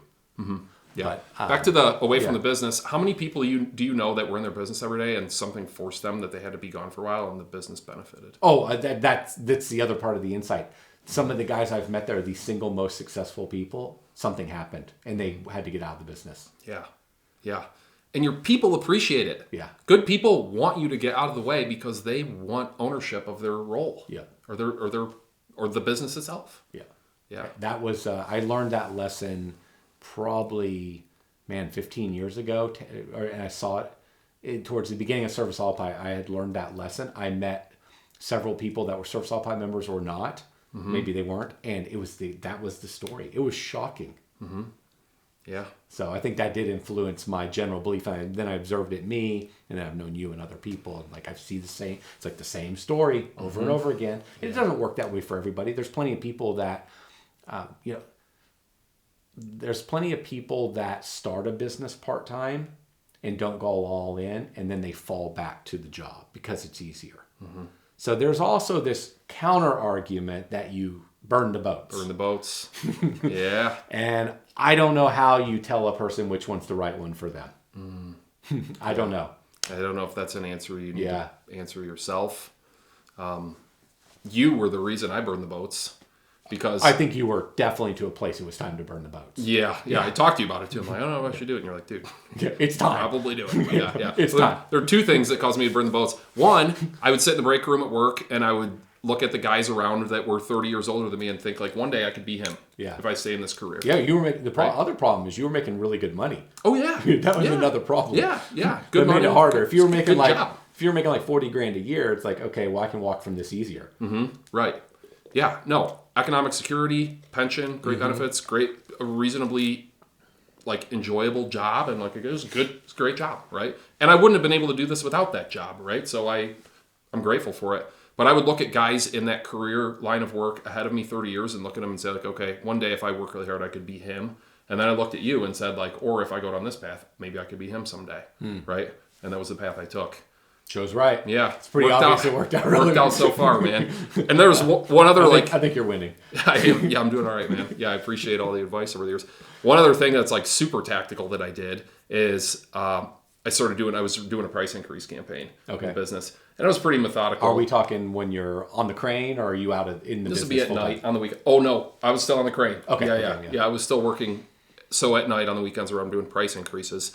And I was doing kind of old school where I would print a letter and it would say like, hey, your price is going up $5 next week or whatever. And then, or in 3 weeks maybe. And then I would tag and then I would say, you got to go in there in 3 weeks and raise their price because I bill them weekly, right? Yeah. So it was like this little thing where it'd take me 15 minutes per account or whatever. But you raise their price $5 and that's $150 a year on 30 cuts. And I found out that I was like, I can make $1,000 an hour by doing price increases, right? Even addressing the envelopes and stamping it. I was like, I'm making $1,000 an hour right now. Yep. And that was like how I could rationalize, like I can quit, if I quit my job and did price increases full time, like I would make more money. Oh, interesting. Yeah. So that was like the super tactical thing I needed to be like, okay, I can quit my job now, right? Huh. What year did you quit? 19. 19. Okay. 2019. Yeah. Man. I was like, I'm going to be Jonathan Patoshik and I'm going to do price increases. Yeah, that's my thesis. Well, things have. Would you say? Did it change when you went full time? Did it change dramatically quickly, or was it like a little bit of a slow burn and then all of a sudden it started going faster? Or has it just been, or was it more just steady? Like, what would you say? What would the business have looked like if you hadn't done it? What was better said, what was the impact of quitting and just being 100% focused on the business? What changed within the first 6 months? It's a great question. I should probably dig back through like my calendar or my data and try to give you a better answer. I mean, COVID happened the next year, so that kind of scrambled what I think may have happened or would have happened. But the business definitely did well, and I definitely got in and got exposure to a lot more of what we were doing. And luckily I had some really great people. So I kind of came in and was like, wow, this is all really cool and it's going really well. And I think it was a good exercise for me to have had a full-time job before and only been able to work on limited stuff. That's the other thing, is the constraint where now it's like, well, you only have Saturday and Sunday, or sometimes only Saturday or only Sunday to work on the business. What do you work on, right? You have $1 million business and a full-time job. What do you work on? So it built that muscle too. So I was able to come in and look at stuff that was a high value or high ROI activity and focus on those because I'd already built the muscle. But I probably got in the way of a bunch of stuff and screwed a lot of stuff up and, Well, I mean, you maybe a little bit, but you clearly haven't messed up much. It worked out. Yeah, it worked out. So, yeah. It's like the successing, where you're like, people see like up and to the right and then you zoom in and it's like, So there was a ton of that for sure. Yeah. But man, then COVID hit and then I was like navigating a business through COVID all of a sudden, which was like pretty crazy, right? Michigan was deemed non-essential. That's right. There were a few, Yeah, months. Yeah. Maybe 1 month and a half of mowing season, we were a non-essential business. I forgot about that. Yeah, so it was like great timing to navigate the choppy seas. And that was April? Would that have been April? Mm-hmm. So, April and maybe part of May, we weren't allowed to mow. Michigan, when does mowing start in Michigan? Mid-April. Okay. Yeah, mid to late April. That's it's not as late. I thought it would have been a little bit later. So that's okay. We're a milder climate than most people think. Yeah, you are, because when I got into the business, we would start really early March, and then things have just slowly pushed back over the years, where it feels like it is more of an April pickup for us now, whereas March could be pretty busy back in the day. So with us being often April when it gets busy, I wouldn't have guessed April for you. Yeah, I mean, in April we're picking and choosing a little bit, right? Yeah, but we're out there on sites. So maybe you run 3 weeks behind us or a month, something, maybe a month behind us or something. Yeah, a month behind. And we're, March is a toss-up. Is it snowing? Is it muddy? Is it frozen? Is it dry? Like, it's just a bad month in general. But hopefully in March we're mulching. We're doing spring cleanup. Okay. Starting to get out on sites, get stuff cleaned up. But then it'll snow. Like, there's always that factor, like that it could snow. So that's a tricky month. But yeah, I mean, we get 30 cuts. Okay. 28, 30 cuts in Michigan. Yeah. If you had to do something completely different, but you're completely done with this industry, what would you go do? Knowing what you now know, with the financial situation you're now in, what would you go do? Am I automatically good at it? No. No. You just it's what you want to do. Probably something with PE. Okay, yeah. Probably something with like buying and selling businesses, like meeting teams, investing in people, like strategic analysis of different businesses and markets and industries and opportunities, and like investing into them. Maybe like family office type stuff, or maybe I don't know anything about raising money, right? I'm like conservative with my own capital, but I'd probably go work at a PE firm, right? I'm not saying I would start my own, but I would work at a PE firm, and just participate in that game. It's so cool, man. It's fascinating. Yeah, it's so cool to be able to like buy businesses and drive value into them. And PE, like, I don't know, the exposure I've had to PE people makes me wonder how it became such a dirty word in a lot of people's minds. Because I talk to these guys, or you like interact, work with them, and like they're like, they want to help you build the business, and they're like, we want to we want to build your people and get them more financially involved in the outcome, and like build this thing, right? And like the rhetoric of like, oh, they'll come in and like fire your top paid people and replace them. And they're like, That'd be They're terrible. like, why would you do that? They're like, that's the worst. We need those people for the business. That stuff happens. It depends on what playbook the private equity company is running, and there's a million different playbooks. Sure. Yeah. Sure. Yeah. It's back to talk. Everybody talks. It's like one of my favorite things. But it's going to get to my point here. Everybody, I talk to so many people who are like hate BlackRock and Vanguard and these big companies because BlackRock and Vanguard own all the stocks of the, they control the stock market. They have the voting right, blah, blah, blah. It's like, how freaking stupid are you? BlackRock doesn't own all the stocks. Vanguard doesn't own all the stocks.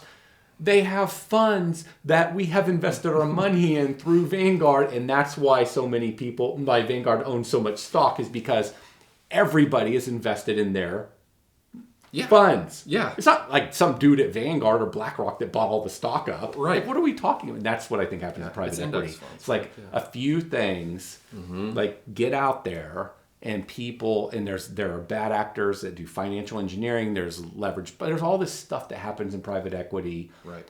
And so people, people write about it. People like us have a bad experience doing it, so they say these bad things, and the bad always spreads. Sure. But there's plenty of good. Yeah, I love private equity. I'm like you. That's exactly what I would be doing. Really? Oh yeah. When I was younger in business, I thought it would be epic. I think I would want to be single for this. I thought it would be epic to do turnarounds. And now I'm not so sure I want to do turnarounds. I think I'd rather do private equity. But I used to have this, I thought it would be so awesome to buy and fix companies. Yeah. And the reason I say I want to be single for that is because you're probably going to work like 100 hours a week. And travel. You travel all the time. Yeah. But I think I've changed my mind. It's like once I learned the private equity world, I love private equity. I would be thrilled if I was starting over and I wasn't going to be an entrepreneur, I'd want to be in private equity. Yeah. That's what I do. It's so much fun. And there is junk, of course there's junk in there, but there's also great stuff. Yeah. Yeah. There's junk. And like you said, there's bad actors and there's examples and there's strategies that people deploy. But that's people like applying their opinion to a massively broad space. Yeah. Right. That's like saying, all people are bad, right? Or whatever. Yeah. Like it's just simply not true. It's like some small percentage. And there's two other things that I think happen. So one is you could be a wonderful private equity company and a deal isn't good and you're trying to salvage the deal, and salvaging the deal means hard decisions for a company that nobody likes. The employees, the original owners, including the private equity people. Yep. And that's the stuff that gets focused on. Yep. And then there's the other one. This is the most pervasive, I think. As an entrepreneur, you just sold your baby. You sold it. You got paid. It's their baby now, and you don't like the way they're running it. But what usually happens with private equity, in spite of stuff that we may not like, those companies usually get bigger. They do. And faster. Up and to the right. And now I can argue the other side on private equity too, and I will mention it. And so from a financial standpoint, they were growing faster, they're doing better, they're worth more money.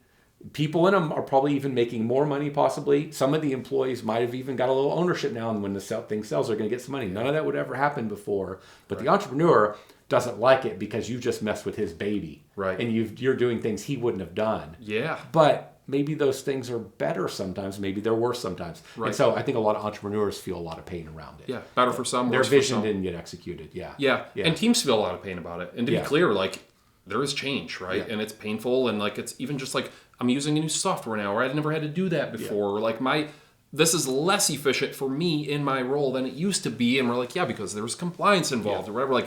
There's a whole bunch of micro pain around the thing. But in general, it's good for the business and it's good for the people in the business. Yeah. Right? And you're having a good experience. And I'll kind of paint the alternative. And I think there's also a misunderstanding of what private equity is. Private equity is just the pooling of money to buy a private business. Mm-hmm. You and I could start private equity tomorrow. We put our money together. We could start buying up companies together, and we could start improving them. And I'm guessing that anybody that gets to work with us inside our portfolio is going to like working with us, and it's going to be a great experience for them. That's private equity. Mm-hmm. But then there's private equity where they're just doing financial engineering, where they're doing roll-ups, and they're just buying lots of stuff, jamming it all together. Yeah. They don't give a flip about the business whatsoever. Yep. They don't care about anybody in the business. All they're going to do is flip it as fast as they can by cutting head count creating more margin. And there's a good bit of that. That's the crappy kind of private equity. Yeah, and they lever it up exists. and arbitrage the... And that exists too. And so people lump all private equity into one thing, and there's flavors of private equity. Exactly. And so that's where you have to think about, which version of private equity are we talking about? Yeah. And so because it's a little more nuanced, I like parts of it and I dislike parts of it. Mm-hmm. Yeah, like anything, Yeah, right? It's a like very everything. broad space. Like I like some public companies and I think some public companies are lousy. I like some humans and I think some humans are lousy. Tacos, not all created equal. Yeah. So it's all. So it's just we talk in generalities, and then people hear these terms and they think it's all bad. Exactly. Yeah. They think it's bad. Yeah. What would you do? Oh, I guess you said it. Private. Oh, yeah, for sure. For sure. Interesting. Oh, wow. yeah. 100%. Okay. Cool. I didn't know that about you. I told you my thing when I was young. It was turnarounds, and as I became more aware of this world, I mean, private equity speaks to. I would want to have had. I really don't want to live a different life. I am so thankful I've got to be an entrepreneur. So I'd like to have. I think the perfect would be to be an entrepreneur and have a level of success pretty early, where you learn the lessons of being an entrepreneur, the pain, the good outcomes. Like you built something a little bit bigger and then get to go do private equity. I think what private equity can miss is you hire a lot of really, really smart people that are really good at looking at data and are really good at extracting great insights from conversations, but they've never felt some of the feelings. Like they've never felt what it means to fire a bunch of people. They've never felt what it means to not have any money and be trying to scrape by and figure it out. Like there's something that gets lost when you never had to grind it out and build it, and you never had to go through all this stuff. And so I think if you can take an entrepreneur that's had success and plug them into a private equity world, that's a more powerful combination. Right. It doesn't have to be that way, because we've clearly proven that guys can do insane in private equity and they've never built companies. But I think the dream would be more private equity companies have more really strong entrepreneurs in those businesses. Yeah. And that's who I'd want to be. So in my perfect world, I would get to do both. Yeah. Well said. Very well said. And to be clear, like, I wouldn't trade any of my struggles for the world. No. And the pain and uncertainty involved with building a business with no capital from scratch is like a lesson you can't. It's like something I wouldn't give away. Yeah. Right? I wouldn't give it away for anything. Fun. Right. It wasn't I great. don't know why. I don't really want my kids, like Riley, to have to go through all this stuff, because he's decided this is who he wants to be in life. But, I think I get to live a better life because of it. Yeah. It's formative. Right? Like it makes you into someone that it's hard to describe to people who haven't done it. Yeah, one of the words that I always go back to is confidence. I feel like it gives you this confidence to walk through life in a different way than most people have. The world's not happening to me. Right. It's not being imposed on me. I have a different level. We all only have so much control, but I don't live in fear of losing a job or something happening to me. I have this belief that if it all melts down, I can go figure it out again. It's going to suck. I don't want to do that, but I could do it. And so maybe that leads to a little more hope in life or something. Sure. I don't know what it is. Sure. Yeah. Well, there's like a major sense of like being self-sufficient when you have your own business that you could never. Yes. Self-sufficient's a good word too. Right. Yeah. You're self-sufficient. And to be clear, like we're in America and we're just building businesses, right? And like it's kind of low risk, I think, in the grand scheme of things, but certainly doesn't feel that way when you're in it. Right. Yeah. So we're very fortunate to be doing it here. Right. Pretty easy, but still, like, the level of confidence and sort of like, gosh, I'm having a hard time even explaining it. Confidence is a great way to think of it. Confidence. Yeah. It turns you into a person there is no better personal development journey than to be an entrepreneur. What's that? There's a saying like there's no better personal development plan than building a company or something. There's some an idea like that, and I buy into that. Totally buy into it. Yeah. What are some mechanisms? I've had to figure out so many, like mechanisms or unpacking belief systems or tools or tricks that I have to fix. Like most of it's mindset stuff, right? Yeah. It's all a game in your head generally. Like it's really all just in the head. It's in the mind. Yeah. I believe all of life's in our head. Yeah. Great call. What story do we want to tell ourselves? What do we... Like, great call. We're all walking around just making up stories to explain everything that's happening. And we don't know which stories are true and which ones aren't. That's my personal theory. I agree. And I know I'm wrong on a million things. I just don't know which things. Yeah. So you're quiet about all of them, like we I talked try about, to. right? You know, it's also why I have a harder time. I'm not really a conspiracy theory person, but I think there are conspiracies. I'm surrounded by conspiracy theory people, and Oh, really? Yeah. I have a lot.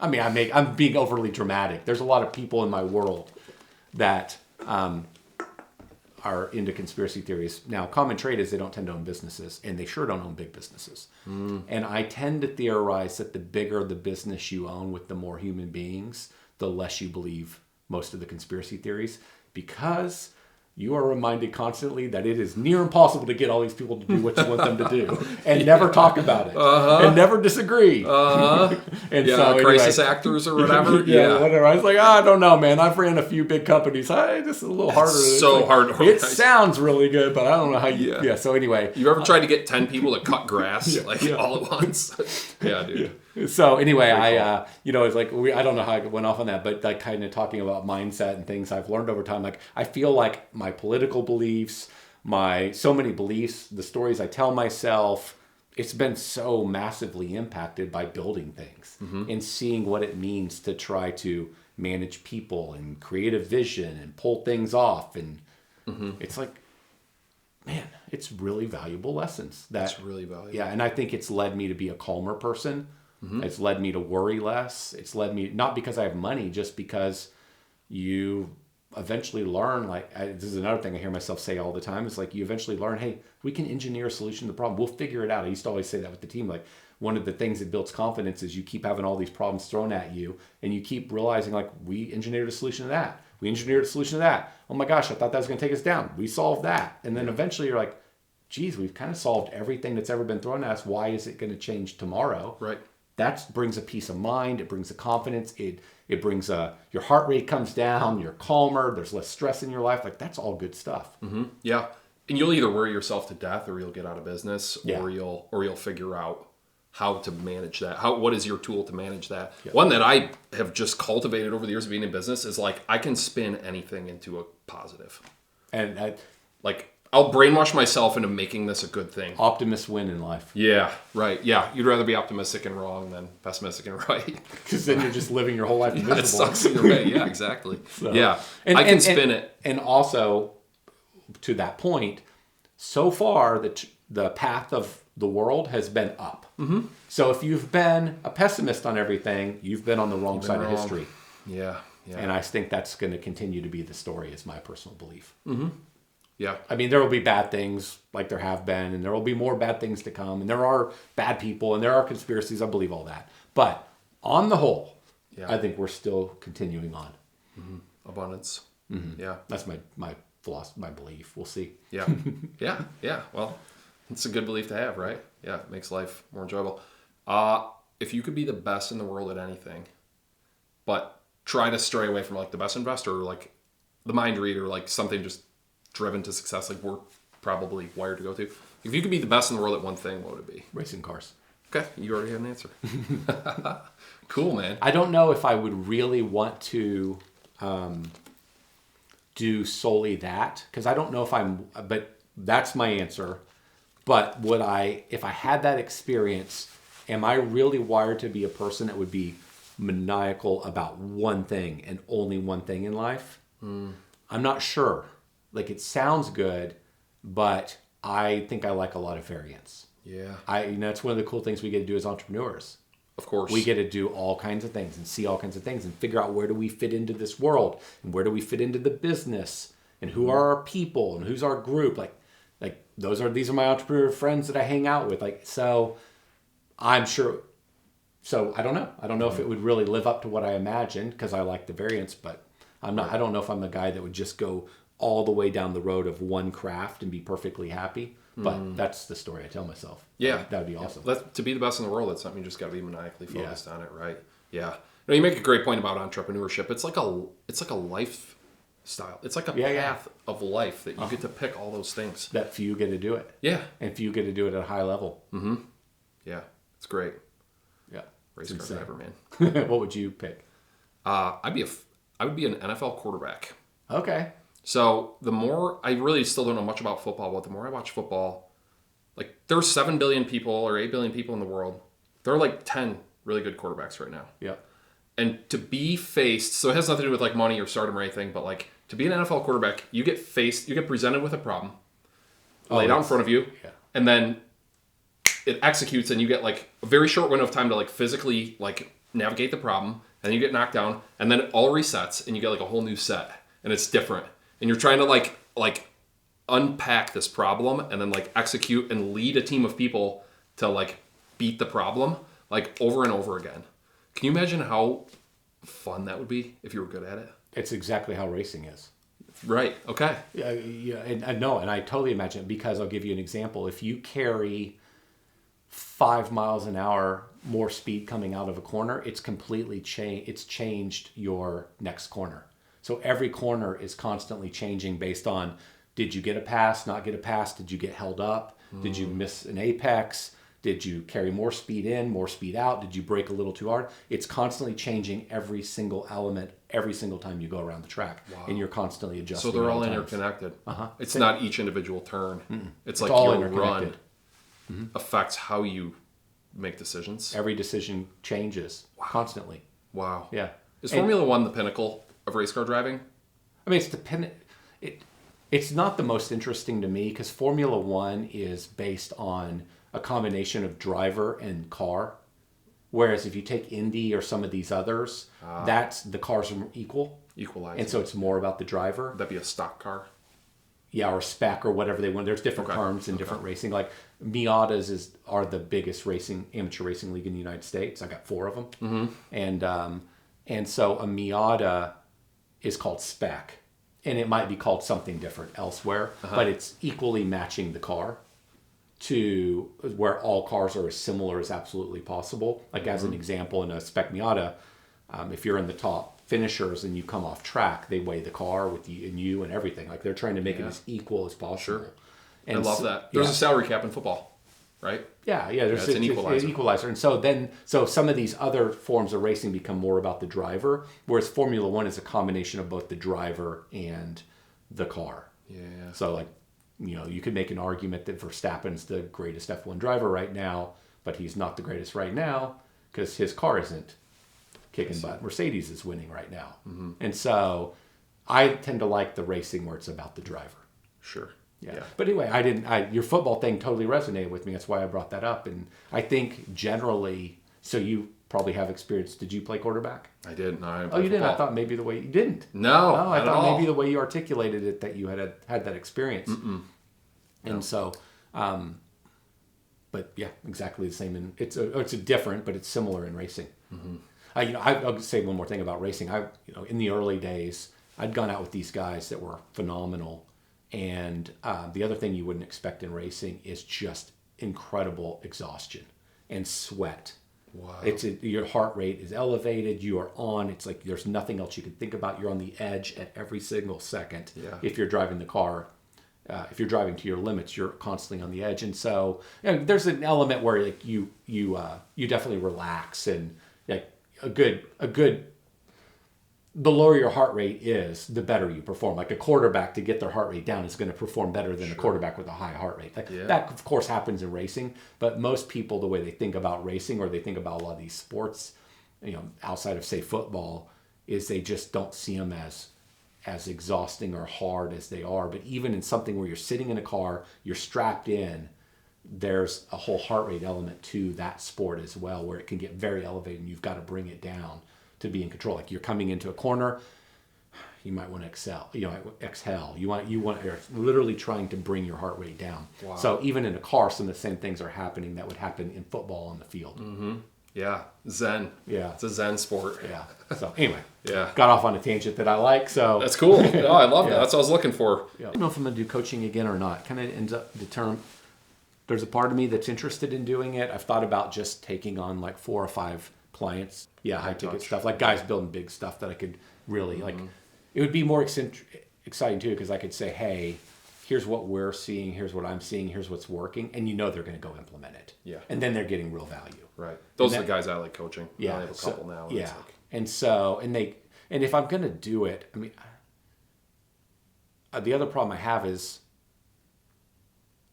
for every second I spend on City Turf, there's massive, or another business, there's massive leverage both in income and wealth creation. Mm-hmm. In coaching, like, if I'm not time. Yeah, it's like, and I have to, if I think about it in economic terms, I need to charge a ton of money. Right. So like, why am I going to do the coaching thing? Except that I like it. And so I'm trying to figure out what would be some interesting ways for me to help people outside of 5 for 50 and do some coaching without committing myself to something that I'm kind of feel like I'm committed to forever. Right. Yeah. And then it's Friday. Distracting from the other things I've got. And so that's where the roundtables things like, you know what? I really enjoyed those. Mm-hmm. And I've made a lot of friends doing them, and I think I can help people. So I also have this idea that maybe I do the roundtables and I just do some workshops where I think about, okay, you are from you're 100 grand and you're trying to get to $1 million. Come spend 3 days with me, like 10 or 20 people in a room or something like that. We can do a small workshop and we will give you a plan. We'll get you there. Mm-hmm. And then maybe I do another one for a different group of companies and another for a different group of companies. Maybe I just do some stuff like that, some roundtables, some different small workshops, not like a big conference or anything. And even if it's not like super financially justifiable for me, I think it would be interesting. It would scratch that itch, as they say. And then if I decide in a couple of years, like, why am I doing this? Then I don't have to keep doing it. Right. And I haven't sold everybody into a monthly continuity thing. You sold yourself into a monthly session. You got to deliver now. Yeah. Well, if you're doing coaching, by all means, like, I hope I'm on, can apply or whatever, Like, I'm absolutely on your list. Okay, well, that's kind of you. Yeah. The other thing I've talked about, one of the things I struggled with in Academy was that. So we launched Academy, and I really liked Academy, and I mean, I think you would agree it was of tremendous value. Absolutely. Yeah. But there was this little, and I think it was, you stayed in it the whole time, and so I think there was always value. But there's this place that we get, so every month we were doing a session. I'll articulate it this way. So I sold Academy as this idea that every month we were going to give you a session, something to implement. Well, it doesn't take that long, maybe 14 months to figure out, it's like, if I give you a session every month, I just need you to do the first 5 things I asked you to do and do them right. Uh-huh. And so this is, and after that, and really it's more than that. It's like maybe there's, we'll call it 7 to 12 things you just really need to do every single week over and over again and make them part of your company. Yeah. And so after being in Academy for 12 months, 14 months, like, yes, I'm giving you hopefully new ideas, more knowledge, great relationships with other people that'll become great friends and give you ideas. But this commitment to giving you a new concept every month kind of started to bother me, where I was thinking, I'm just distracting you from everything you should be doing. Yeah. I just need you and me too. We just need to be doing these 7 to 12 things. And that's where I've thought about this workshop thing a little bit. I am not negative on monthly coaching. I think the benefits of being in it, they start out as, in our world, my theory is it started out as Jonathan really helping me, giving me lots of ideas, maybe getting me in the right direction. And then that value, it's not like it goes away, but it diminishes as the value of the network, of all the other people you're becoming friends with and meeting with, goes up. Right. And so the whole group continues to be of high value, but the value prop changes. From early days, it's very much me delivering the value, to later it's like, hey, this is still really interesting, valuable, I'm learning, I'm growing my mindset, I'm being encouraged, but the real value is partly in all these relationships and getting together. That's my theory. And so that's why I've thought, well, could I just pull this off with workshops? Could I just give people over time, by coming to the workshops, the 7 things you should do? Right. So I don't know if I'll do that, but that's a little backstory and how I've thought about it. But I would never talk anybody out of being in a ongoing monthly business group, because the analogy I say this kind of stuff all the time. The other analogy I hear myself saying all the time is, you just need to be around people that help you keep your energy up so you'll keep your foot on the gas. Right. And that's maybe what one of the biggest things the right group eventually gives you. Yes. Would you agree with that? Totally agree. Yeah. Tribe. Yeah. Right. Yeah. Your tribe. Yeah. I agree too with the roadmap piece. So what we do at GIM that's unique is that when somebody onboards with us, we give them a long kind of questionnaire. What was your revenue? What was your revenue, past few years? What was your marketing spend? Tell me about your team. Tell me what your goals. And then at the end, it's like, tell me, what do you want? Like, what do you want in 5 years? How do you want your thing to look, right? We get have like a picture of the business, and then we create them a SWOT analysis. And then I sit down with them, and I'm like, here's the strengths I see. And sometimes it's financial. I'm like, dude, your AR is out of hand, right? Yep. Here's the weaknesses I see. Here's some opportunities. Here's some threats. And I give them a SWOT. So I'm like, now here, this is for you. Go execute this plan. Go execute this plan. Very good. Right? So many people like just need to be pointed to like, here's what's important. Yeah. Right? And you meet people like, I have a $500,000 business. So I'm developing my software for my business. I'm like, stop. Like, don't do that. Yeah. Like that pointed advice is really valuable for people. And I think most people are hesitant to give it. And there's some caveats there. I'm like, I obviously don't know everything about your business, right? But here's kind of what I see. And the big ones are opportunities and threats. Yeah. That's what Jim Houston always said. What's the role of a CEO is to like scan for opportunities and threats. Yeah. Exterior to your business that you can go capitalize on or mitigate. Mitigate the threats, capitalize on the opportunities. Yeah. So, yeah, I think you're onto something. That would be so much fun. And what you're saying it's spot on. That was another thing I felt Academy was missing, was that a little bit more of that one-on-one direction, or that guidance, or more customized and unique to you, or maybe even creating accountability. Mm-hmm. I had thought if I did it again, I would maybe have an entry level for, and I'm just thinking out loud here, have an entry level for people that they're not at a place right now they can spend much on this, and they're not even sure if this is real. Like as a group, like so many people think that these things are just a scam, and like they're not. Right. but you've got to experience it to kind of get bought in. Mm-hmm. Yeah, and until you very experience quickly it, you realize, like if you get some the right, are a scam. That's they problem, are. Well, right? A lot of them are a scam. Yeah, when we were talking about earlier, you made me think of this. Is that like we were talking about net worth? Oh, when you said that so many people have an opinion online or something to say, and they have like no basis to back it up. I think that like if you want to run a coaching business, your primary source of your net worth should not be from the coaching business.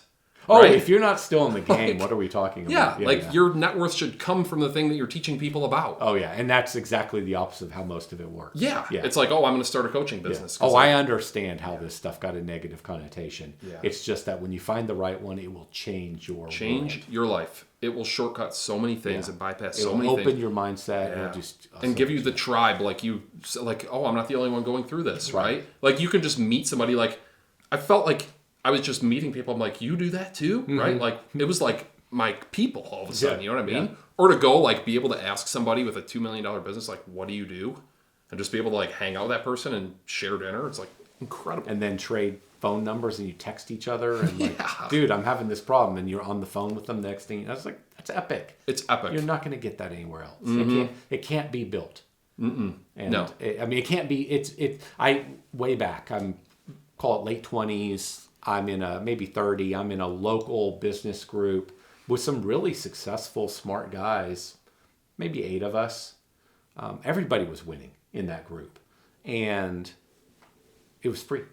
And we would meet for dinner, and it started out really strong, and then it just slowly over time fizzled away. Mm-hmm. And so, you can kind of try to create this on your own, but it's hard. Mm-hmm. It's really, really hard. It's generally better just to write the check and go, be able to just show up and let somebody else run the thing. Yeah. And just know that thing will continue on and on. Somebody's constantly thinking about how to make it better. Yeah. And it works better when there's a fee involved. You have to have a fee. It sounds like something everybody trying to sell the thing would say. It's like, oh yes, if you don't pay for the information, then you won't take it seriously and you won't do it. Right. It sounds like a complete objection handling thing in a sales letter, but it's actually legit. Like it's legit that if I have skin in the game and I paid money for it, I feel more inclined to actually use it. Right. And if everybody's paying for the thing, they take it more seriously and they all show up, because otherwise they either need to cancel or get serious about because they're wasting their money. That's actually legit. Mm-hmm. It is legit. Yeah. So I believe it. Yeah. And I also think there's like some like pride to be had from when you're early on in your entrepreneurial career to be like, yeah, I remember when I signed up for Academy, it was $500 a month. That was that was more than my rent. You know what I mean? And there was like pride involved where I'm like, I'm investing in, people say invest in yourself, right? Like I'm spending money to be a part of this group, and like I dress nice and show up and listen and take notes, and like, it's good. It's a good thing. Yeah. Like it's good to invest money in yourself in that way.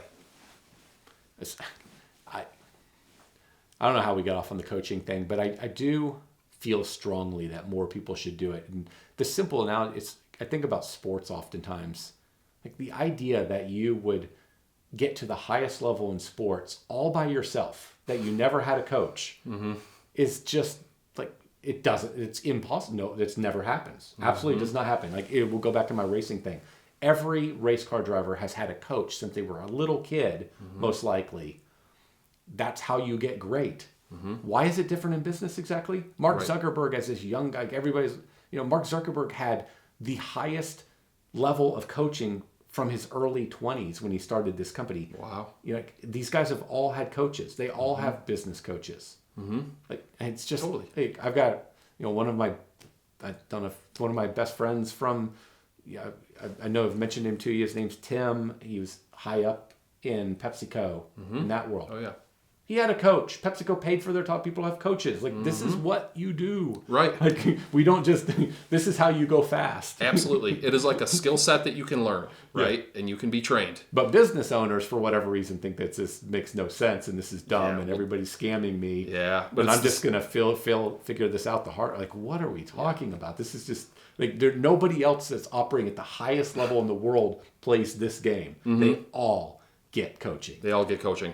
But that is also, to be fair, the same reason that you were crazy enough to start a business in the first place, is because you're like, I can do this better. I can do it on my own. That's right? true. That's true. That same like bullheaded, like blind confidence that like gets you into it. But then really quickly you got to be humbled and be like, okay, I need help, right? Yeah. I'm willing to pay for it. And and you legitimately can build something insanely amazing with no coach ever. It's like, but how much pain would you prefer to eliminate? Right. Would you like to do it faster? Would you like to do it with less pain? Would you like to waste less money? All right, maybe you should do coaching. Maybe you should. And I sound like I'm trying to sell coaching here. I have no coaching, and there's no coaching coming from me. Right. I do have coaching, but it is because I want to help people. Yeah. Right. And I want to help them figure it out. Do you have coaches now? I've been for no, I don't have a coach. I'm in a group called Tiger 21. I've been in it for a long time. Not sure how long I've been in it, but a long time. And that's not really a coaching group. That's more of like a business group, financial group. But everybody in it is like insanely, like at the highest level. So I don't know what the average net worth has to be at least 100 million. I have no idea what it is. It's very significant. Wow. And so it's not coaching, financial. Yeah. It's structure. Everybody in there has built different companies, or they may be private equity guys, or they're investors, or they're operators. Everybody comes from a lot of real estate people. They're, it's all over. It's like, it's very diverse. Yeah. And so it's not coaching, but it's another element of what a great coaching group can bring to the table, which is you're learning from your peers. You're shortcutting things you're trying to accomplish by getting the answer. You go to your network and just get the answer. Yeah. So, part of what you do in Tiger every month is, because I meet with one of the local Dallas chapters, and so one of the things you're doing every month is this issues and opportunities, and so you're literally taking to the group anything you're trying to deal with or anything you need help with. And you've got some insanely successful people that are there to help you. And it's just like Academy, you end up creating this great bond where you have lunch, you might travel together, you do things together. And there's just real value in being able to ask a guy that's worth $700 million, or a guy that's worth $60 million and built a company like yours, or whatever the scenario. It's all walks of life and all experiences levels. It's very nice to be able to just say, hey, what do you think I should do here? Yeah. So, and that's what a coaching group It's does. so valuable to almost have like a board for your life. That's a way to put it. Yeah. So I'm not in a specific coaching group because there's not a specific thing I'm building. If I was building another software company, I would probably do a coaching group in software. If it's a super high level one, it'd have to be very high level, just because it doesn't take many little ideas to pay for the whole thing. It's So like true. almost no ideas. Yeah, right. Like, yeah, like- one idea. yeah. Yeah, almost no ideas, Yeah. right? There's so many things like this where like I think about sometimes like I've used Goldman Sachs for a long time for some of my money management. It's like I pay them hundreds. I don't know how many. I pay them a massive amount of money per year. Hundreds and hundreds of thousands of dollars. I don't know. And it's like, well, why do I pay that? Because I used to just manage all my own money. Is it worth it? And then you remind yourself, it's like, oh, well, they got me into Anthropic. They got me into this. They got me into that. Like, okay, well, I'll get all that money back. Yeah. Like for years. It's just the tow truck over and over again, dude. Exactly. And so that's the way we have to think about this stuff. Or like you spend this money on these groups, and like this week, this month, you didn't feel like you got something out of it. You got to remember and think back to all the little subtle things you've gotten. And if you reflect and I reflect, you really quickly realize this stuff pays for itself like that. Yeah, it pays for itself every single time. Another example is like getting lessons. Have you ever like gotten a lesson for a skill or whatever? sure, I'm sure, like race car 100%. lessons Race and car, stuff. yeah. Yeah. Golf. Yeah. Like I'm not much of a golfer, don't care for it. I but wish I was, but I am not. if you're gonna get into golf, get a golf lesson. 100%. It's one of those things where it's like, oh, like just twist your arm this way and like the ball goes twice as far, Yeah. right? Just to have somebody just give you the answer. I feel like swimming. Golf's such a great example. We were at Riley and I were over at John, my old surf supply business partner. He's big into golf, right? Yeah, and he's built a whole He's got a part of his simulator. house. He's had simulators, but built a whole part of his house dedicated to his simulator.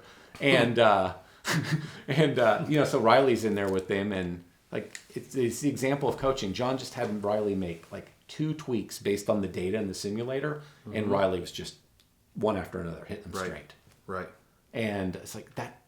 He's like he would have never got there without that one little tip. Right. And you're so spot on. Yeah. There's also a self-worth piece here too, where it's like you feel like if I paid for the answer, it wouldn't feel as good. And I probably felt that way with some things, or thought I would feel that way. But it's still, when somebody tells you what to do and then you execute the move and you fail once or fail twice and then you get it right, it still feels just as good. It still feels just as good. Yeah, I wouldn't argue with that. Yeah. I should get more lessons. I took a knife skills class for like cooking. Oh, really? Yeah, Okay. Yeah. I learned a lot. So you like cooking quite a bit? A little bit. Yeah. Okay. Yeah. Here and there. Interesting. Like how'd that happen? That was a gift. Okay. Yeah. It was a gift. Interesting. Yeah. And have you done all the lessons? There's just one. There's just the one time like intro to knife skills, and I was like holding my kitchen knife wrong, and I'm like, now I know, right? And that just like feels good. I'm like give me that onion, right? Like check this out, right? Like, That's cool. Yeah. Like just for all the things you do in your life, I'm such a believer in getting a lesson now. Here, I guess I'm not such a believer, but I've had a few good lessons. I like that. I do tell myself this narrative that I'm going to do more of that stuff, but then I get so busy. Same. And doing all the other stuff, and then I never go do that. Like I wanted to do more coaching and racing. I actually did want to do some golf lessons. I did a couple, but then it's like Tiffany and I both did a couple, and then I feel like I did something in my elbow, and that was the end of that. But my point is, there's all these things like, oh man, I could just level this thing up so fast if I just did this. Yeah. But then, you get busy and you never actually do it. Yeah. The time flies, man. Yeah. You working on city turf mostly now? Is that where your time goes? Yes. What's your average day? What in terms of what my day looks like? I usually get up at about.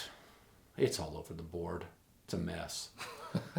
If the reality of the situation is, I probably get up at 9:30. My alarm. Sometimes I'll get up at 9. Sometimes I'll get up at 8:45. I rarely get up before, say, 8:30. And so then I pretty much immediately get to work. I come right here, and I'll work all day. I work from the house, and then I work till 6:30 when we have dinner. Oh no, I work till 5:30, and then I work out till 6:30. Mm-hmm. So I try to work Here? out. Yeah, here. No, Yeah. Here I got everything I need upstairs, and then like today before you got here, I ran for 35 minutes, and then I did Peloton for 20. And so I did, and then that usually takes me till 6:30, and then we have dinner, and then Same time every day? yeah, 6:30. Interesting. Yeah. Tiffany. You've done that forever, right? That's a Tiffany thing. Yeah. This is not how the world would Family work. dinner? No, yeah. No. I mean, the family dinner I was committed to, but like when Tiffany goes out of town, she'll travel without us sometimes. Mm-hmm. I mean, I probably eat dinner at 8:30. Mm-hmm. It's like the rails are off. The dogs don't even eat on time. Right. Yeah. And the trains are not. Well, the dogs don't even the dogs get up early in the morning and they have their breakfast before I ever even wake up with her. So when they're left, like they usually don't get to eat till 10 or 10:30. She leaves and they're like, oh crap. Yeah, they're like, this is ridiculous. So so then I work out every day. So probably 5:30 to 6:30. We do dinner. Tiffany and I, a few times a week, watch a show together or something like that. I'm not a big TV person, so I'll watch a few things with her. And then, like whatever, there's stuff that we might be doing in the evening, and then I generally go back to work. Yeah. I'm trying to break this. I'm trying to be more of a morning person, but I've been saying this forever and it doesn't really happen. So like I'll do it for a while. I do feel pretty good if I start my day at 7:30, but I get all my ideas at night. Mm-hmm. And so like last night I was trying to go to bed by 11, which would have meant I got up a lot earlier than normal, and I was in bed by like 1:30 because my brain came alive. Yeah. And that's what happens. So It's I always usually, been your thing. You're like so I usually try to get about 7.5 hours of sleep if possible. I'd probably get more like 7. Mm-hmm. And that's kind of my routine. But right now my routine is just kind of that. I'm just working. Yeah. Or we're out of town. And so when I'm out of town, I'm out of town. Yeah. But when I'm in town, I work. Yeah. There's like, what else am I going to, that's what I like doing. I like doing the car thing. I like riding dirt bikes. I like doing all those things, but I just am noticing now that I'm back into work mode, those things are just getting pushed further and further out of my life. Mm-hmm. I did not think I was going to do that again. I was just like convinced I would keep all these fun activities in my life more. It's like once I get into work mode, that's what I want to do. Mm-hmm. That's what my brain thinks about. So that's where I'm like, golly, am I going to look back in 20 years and say, and I've done a lot of the car stuff. I've done a lot of all these other things. And we were snowboarding, last week. But I feel like I should be doing more of it than I am doing.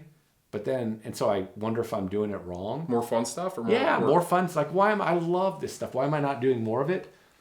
But as soon as I'm back in work mode, I just work. And so I'm like, well, maybe what you do is what you most like. I guess I can do anything I want. I guess I'm doing what I want to do. Mm-hmm. And so I don't know if that made sense. I thought I was going to do so much more of these fun things that I did for a while when I took a sabbatical. Yeah. But now I'm back in work mode. And it's just like going back to the way it used to be. Mm-hmm. So that's what my day looks like. It's like, it's all work. Yeah. Well, but I do like it. Man who loves walking goes further than the man who's going to his destination. Yeah. So that's what a day looks like. It's not very exciting. Yeah. I think, the exciting parts of my life would be, we have a big social life.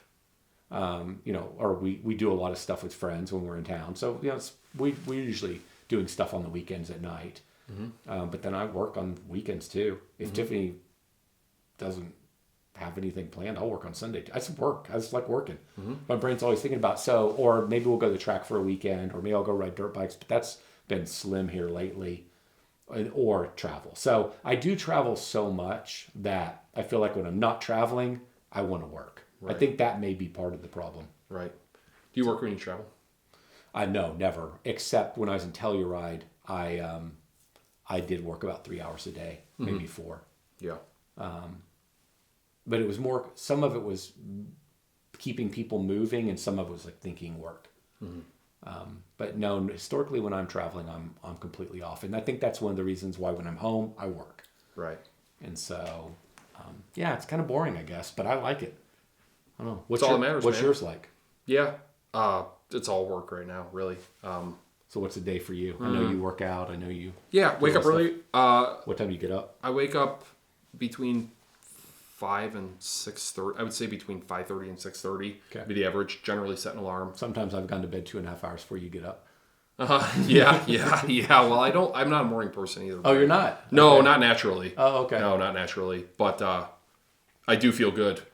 Side note, have you had the experience, I know you've done a lot of traveling in Asia, Vietnam and stuff. Have you had the experience around that time zone you come back here and then you wake up at like, to start your day at like 2 in the morning, 3 o'clock in the morning, like super early? Oh, every time I go east or whatever it is, I always tell myself leading up to that trip, this is going to be my reset. Yep. This is when I'm going to start getting up early because you just come back. Yeah.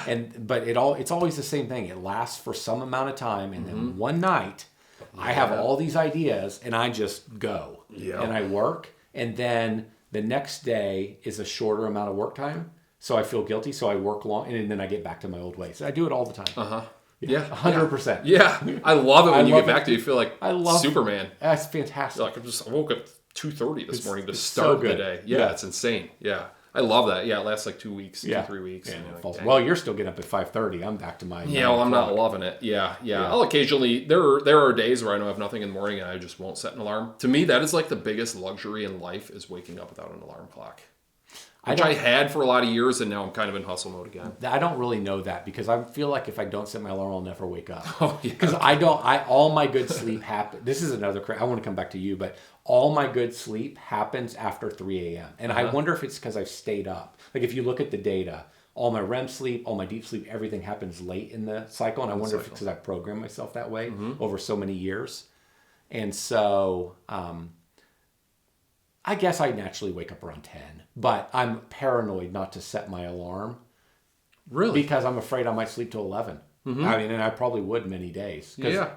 Because I stay up so late. Yeah. And I probably could use to sleep. Yeah, you probably should let yourself do that once in a while, man. You know, your not waking up to an alarm is my having nothing on my calendar. There's nothing I love more than empty calendar. There's so many, I have a bunch of friends that are, again, big names like on YouTube or something, and they live by these hardcore calendars. So sometimes like, man, I should do that too, but like I don't have to do any of this stuff. There's nothing I love more than just looking at my calendar and saying, what are the priorities? I just want to work on what I want to work on. And so that's your sleep is the calendar. Yeah. Well, have you heard the thing where it's like in life there are kind of 3 assets you can have? You can have money, time, and health. I'd like all 3. Yeah, well, that's the thing, dude. If you can get all 3 at the same time, like, that's crazy. Because when you're young, you have time and health and no money. In the middle, you have money and health but no time, right? Like the 30 to 50, 60, whatever, right? And then in your later years, you have time and money, but your health is deteriorating. So the thing is, like, if you can land it where you have all 3 at the same time, I feel like I've done that. Cherish it. You have done that. Yeah. I did that a long time ago. But you're doing it right now. Yeah. And that's the thing I constantly remind myself. And you're setting an alarm clock, dude. I don't have to, but you know, you don't live a certain way your whole life and then just turn off that thing. True. You don't be a go kind of guy, create. Like I have like 10 businesses I want to start. I just won't let myself do them. Yeah. And because I know what they mean another decade of heads down. And they mean stuff on your calendar. They do. Yeah. And so I'm trying to find that sweet balance of the time, the flexibility, still getting travel, still do the fun things, but still getting to work on the projects I want to work on, which is what I'm doing. So anyway. Yeah. So finish up your best schedule. of everything. Like you people are generally interested in like what's a person's routine look like. Mine was kind of boring, but what's your what's your routine? Interesting. I wake up early. I get right to work generally. I've got a little morning routine, like, you know, cold water, brush, water on the face. Sometimes I do the cold shower thing. Coffee. Okay. And I like, even if I work at home, I like to get in my car and drive for a minute. Like, I like to commute. So I get in my truck and I'll like go drive buy a coffee. And just drive back and get in my home office. Kind of gets you, start your day. Yeah, I kind of like go out and come back kind of a thing. So I work remote, work from home a lot. And so then I'm in and I'm trying to nail like big kind of project work in the morning, right? Like rocks, trying to do something to like move the ball forward in a really material way.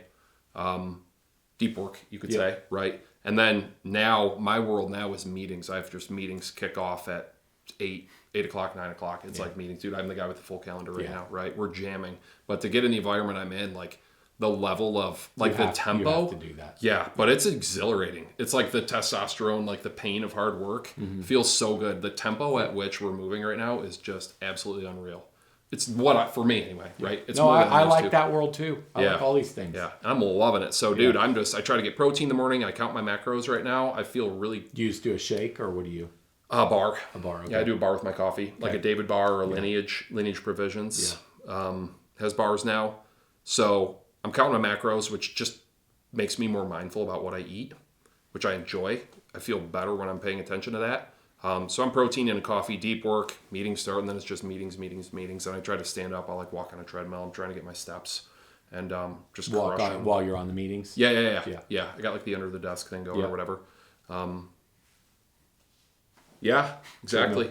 Bingo. Yours can incline too, eh? Yeah. That's sweet. Yeah, the incline is the move. Yeah. I'm cheap. I just put some blocks on mine. I can prop it up and get Works. an incline. Yeah. Work. Gym. I'm a gym in the evening guy. You are too? My observation has been, that I like get all my deep work done in the day, like my thought work. And then it's like, okay, I'm like mentally spent. Now I just go like pick this thing up 100 times or whatever, right? That works for me. Sauna. I love sauna. Sauna screws up my sleep. Oh, really? I have a sauna upstairs. Okay. I've stopped with tracking or any wearables. Like for the No, best. I don't even need to track it. I know. Oh, really? Yeah. Got it. Yeah. So can you do it at all? Do you do it in the morning? Yeah. So I didn't mean It's to. like I didn't mean. great for the Yeah, longevity stuff. It is. I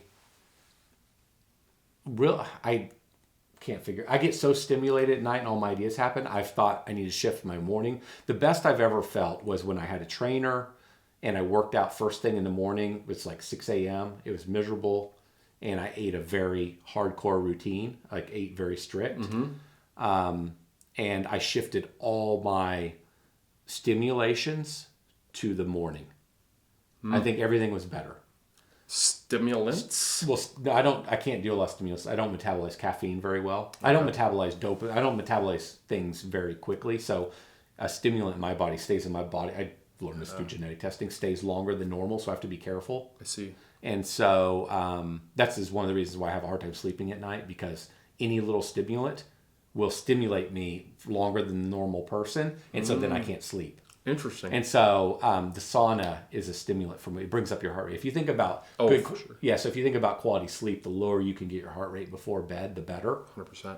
And the sauna brings up my heart rate. But you've got like a residual. Like, I don't know if it's related to that same thing or what, but for me, it messes with me. Yeah. And then if I don't get really well hydrated, I wake up a bunch during the night.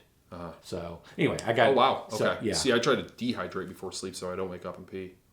I'll even like put salt in my tongue sometimes. Yeah, that's not a bad idea. I've never tried such a thing, but no, if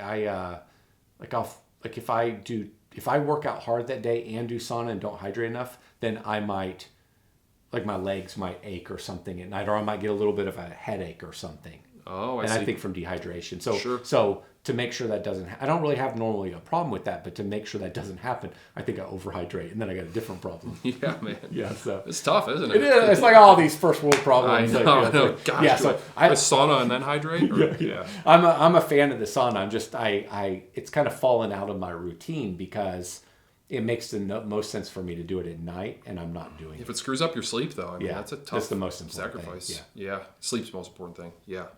So then I'm sauna. My problem right now is I eat close to bed. So I'm just so busy all day. Like, literally, I'm like, I'll eat something between these calls or whatever. But then at night, I eat dinner by the time my day is done, it's like 9:30. Yeah. Right? And I eat a big dinner, and then I go to bed at 11, right? So it's like just too close. I do the same thing. But I don't want to eat dinner and then go to the gym on a full belly. Yeah. So my current method is to kind of like eat a light dinner before the gym, or like a reasonable snack before the gym, and then after the gym have like Eat a your post big gym dinner. snacks. So I have like 2 dinners, right? But it's not as big because I go snack, gym, snack. Okay. So lighter. So I still got the same amount of food, but it was kind of staggered out, and it's not Okay. as close to bed. One of my problems, even though I eat dinner at 6:30, if you look at my calories, they all happen from 6:30 till bedtime.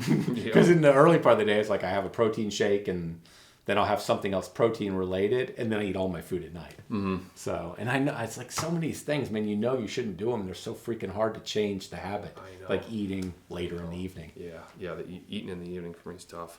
So then I usually get back from the gym and do some dinner. I probably do a little more work. Okay.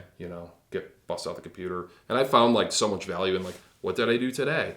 what am I going to do tomorrow? the planning. Right? Like just plan it a little bit, even if it's loose, and like get a look at, or like, what do I have coming up tomorrow? Right? Just like the basics of like being organized.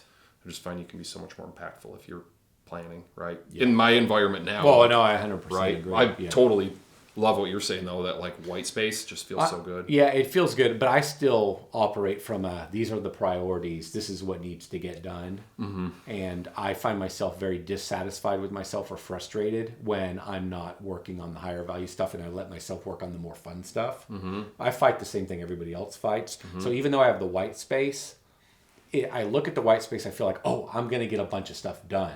That's where it's coming from. Whereas if I have calls and things going on, I'm like, this is going to screw up my whole day. I'm not going to get all these projects done. So the white space is not so much about me just sitting at my desk thinking. Right. It's more about like, oh, I'm really going to get some work done today. Right. So I like that. Yeah. That's how my brain sees the white space. Mm-hmm. Yeah, totally. Well, days like we talk all the time about days that are away from the office or whatever. Like you get so much done. Or weekends. Airplanes. That's why I love. Like I work on. Yeah, oh yeah. Airplanes when I used to travel for work stuff. Mm-hmm. Oh my gosh.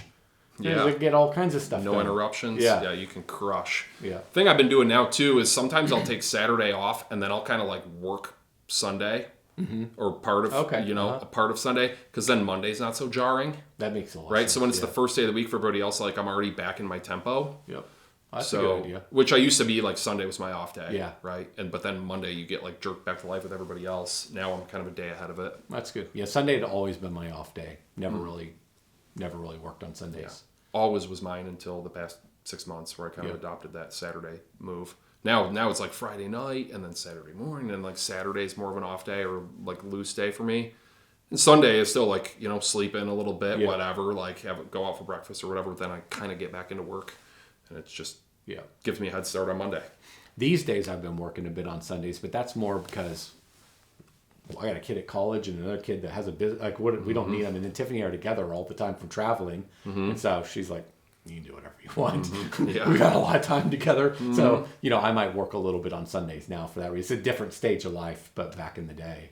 Mm-hmm. Yeah. Back in the day was your off day. 100%. Yeah. Yeah. She wouldn't have been happy with me if I was working on Sunday. Mm-hmm. Yeah.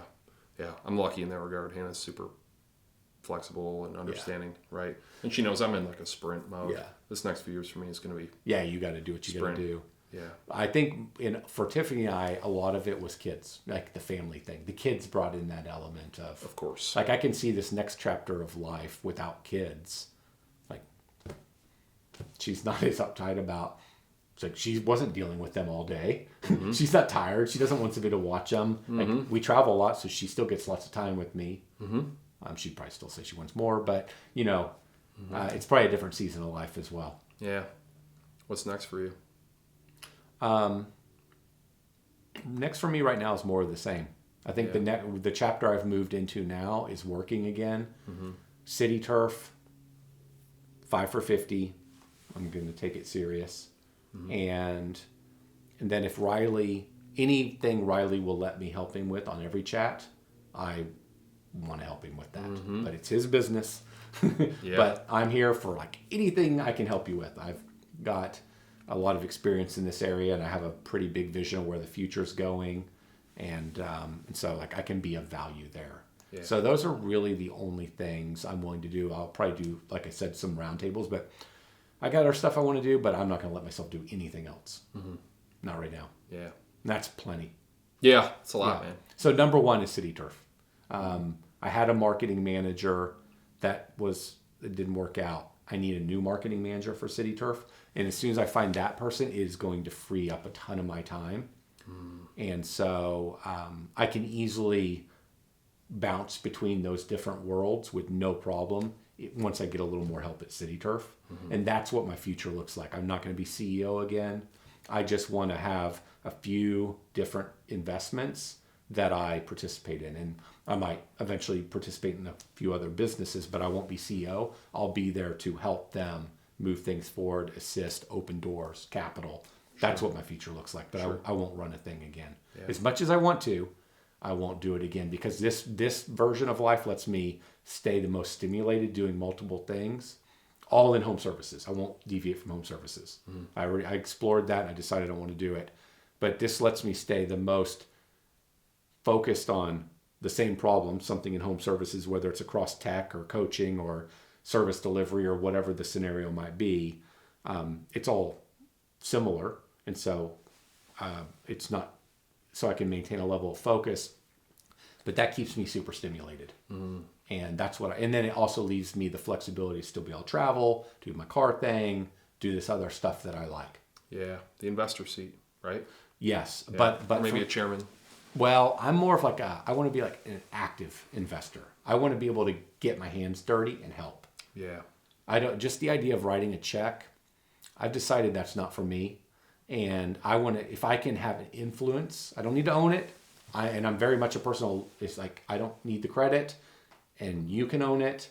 And I'm not going to override it's your decision, but I'm here to help you. That, where if I feel like I have a chance at guiding it and helping it, then I'm willing to put capital into it. And that's interesting to me. And that's what my future looks like. Yeah. And I like that future. Oh, yeah. It sounds great. Yeah. It sounds like it's on brand. You lose a little bit of the fun element of being the guy, like building the thing, like being the CEO and doing the thing. Yeah. Fun and not fun. Yeah, right. So yeah. you lose some of the wins because it wasn't your thing. There's a lot of wins to be had when you're running a company. You lose some of those wins because it's somebody else's thing. Sure. City Turf is ran by Philip. I'm not saying I'm in Riley's thing, but if I was, for example, helping Riley, it's Riley's thing. The wins go to Riley. And so if I'm in other things I've kind of been in part of, the wins go to those people. So you lose a little bit of that by not being CEO, but I kind of don't care. Right. I Yeah. just get to do the parts that I most love, and I think I can contribute the most value. Super cool, man. Yep. Well, you bring value. There's no doubt you. about Yeah, that, man. cool. Yeah.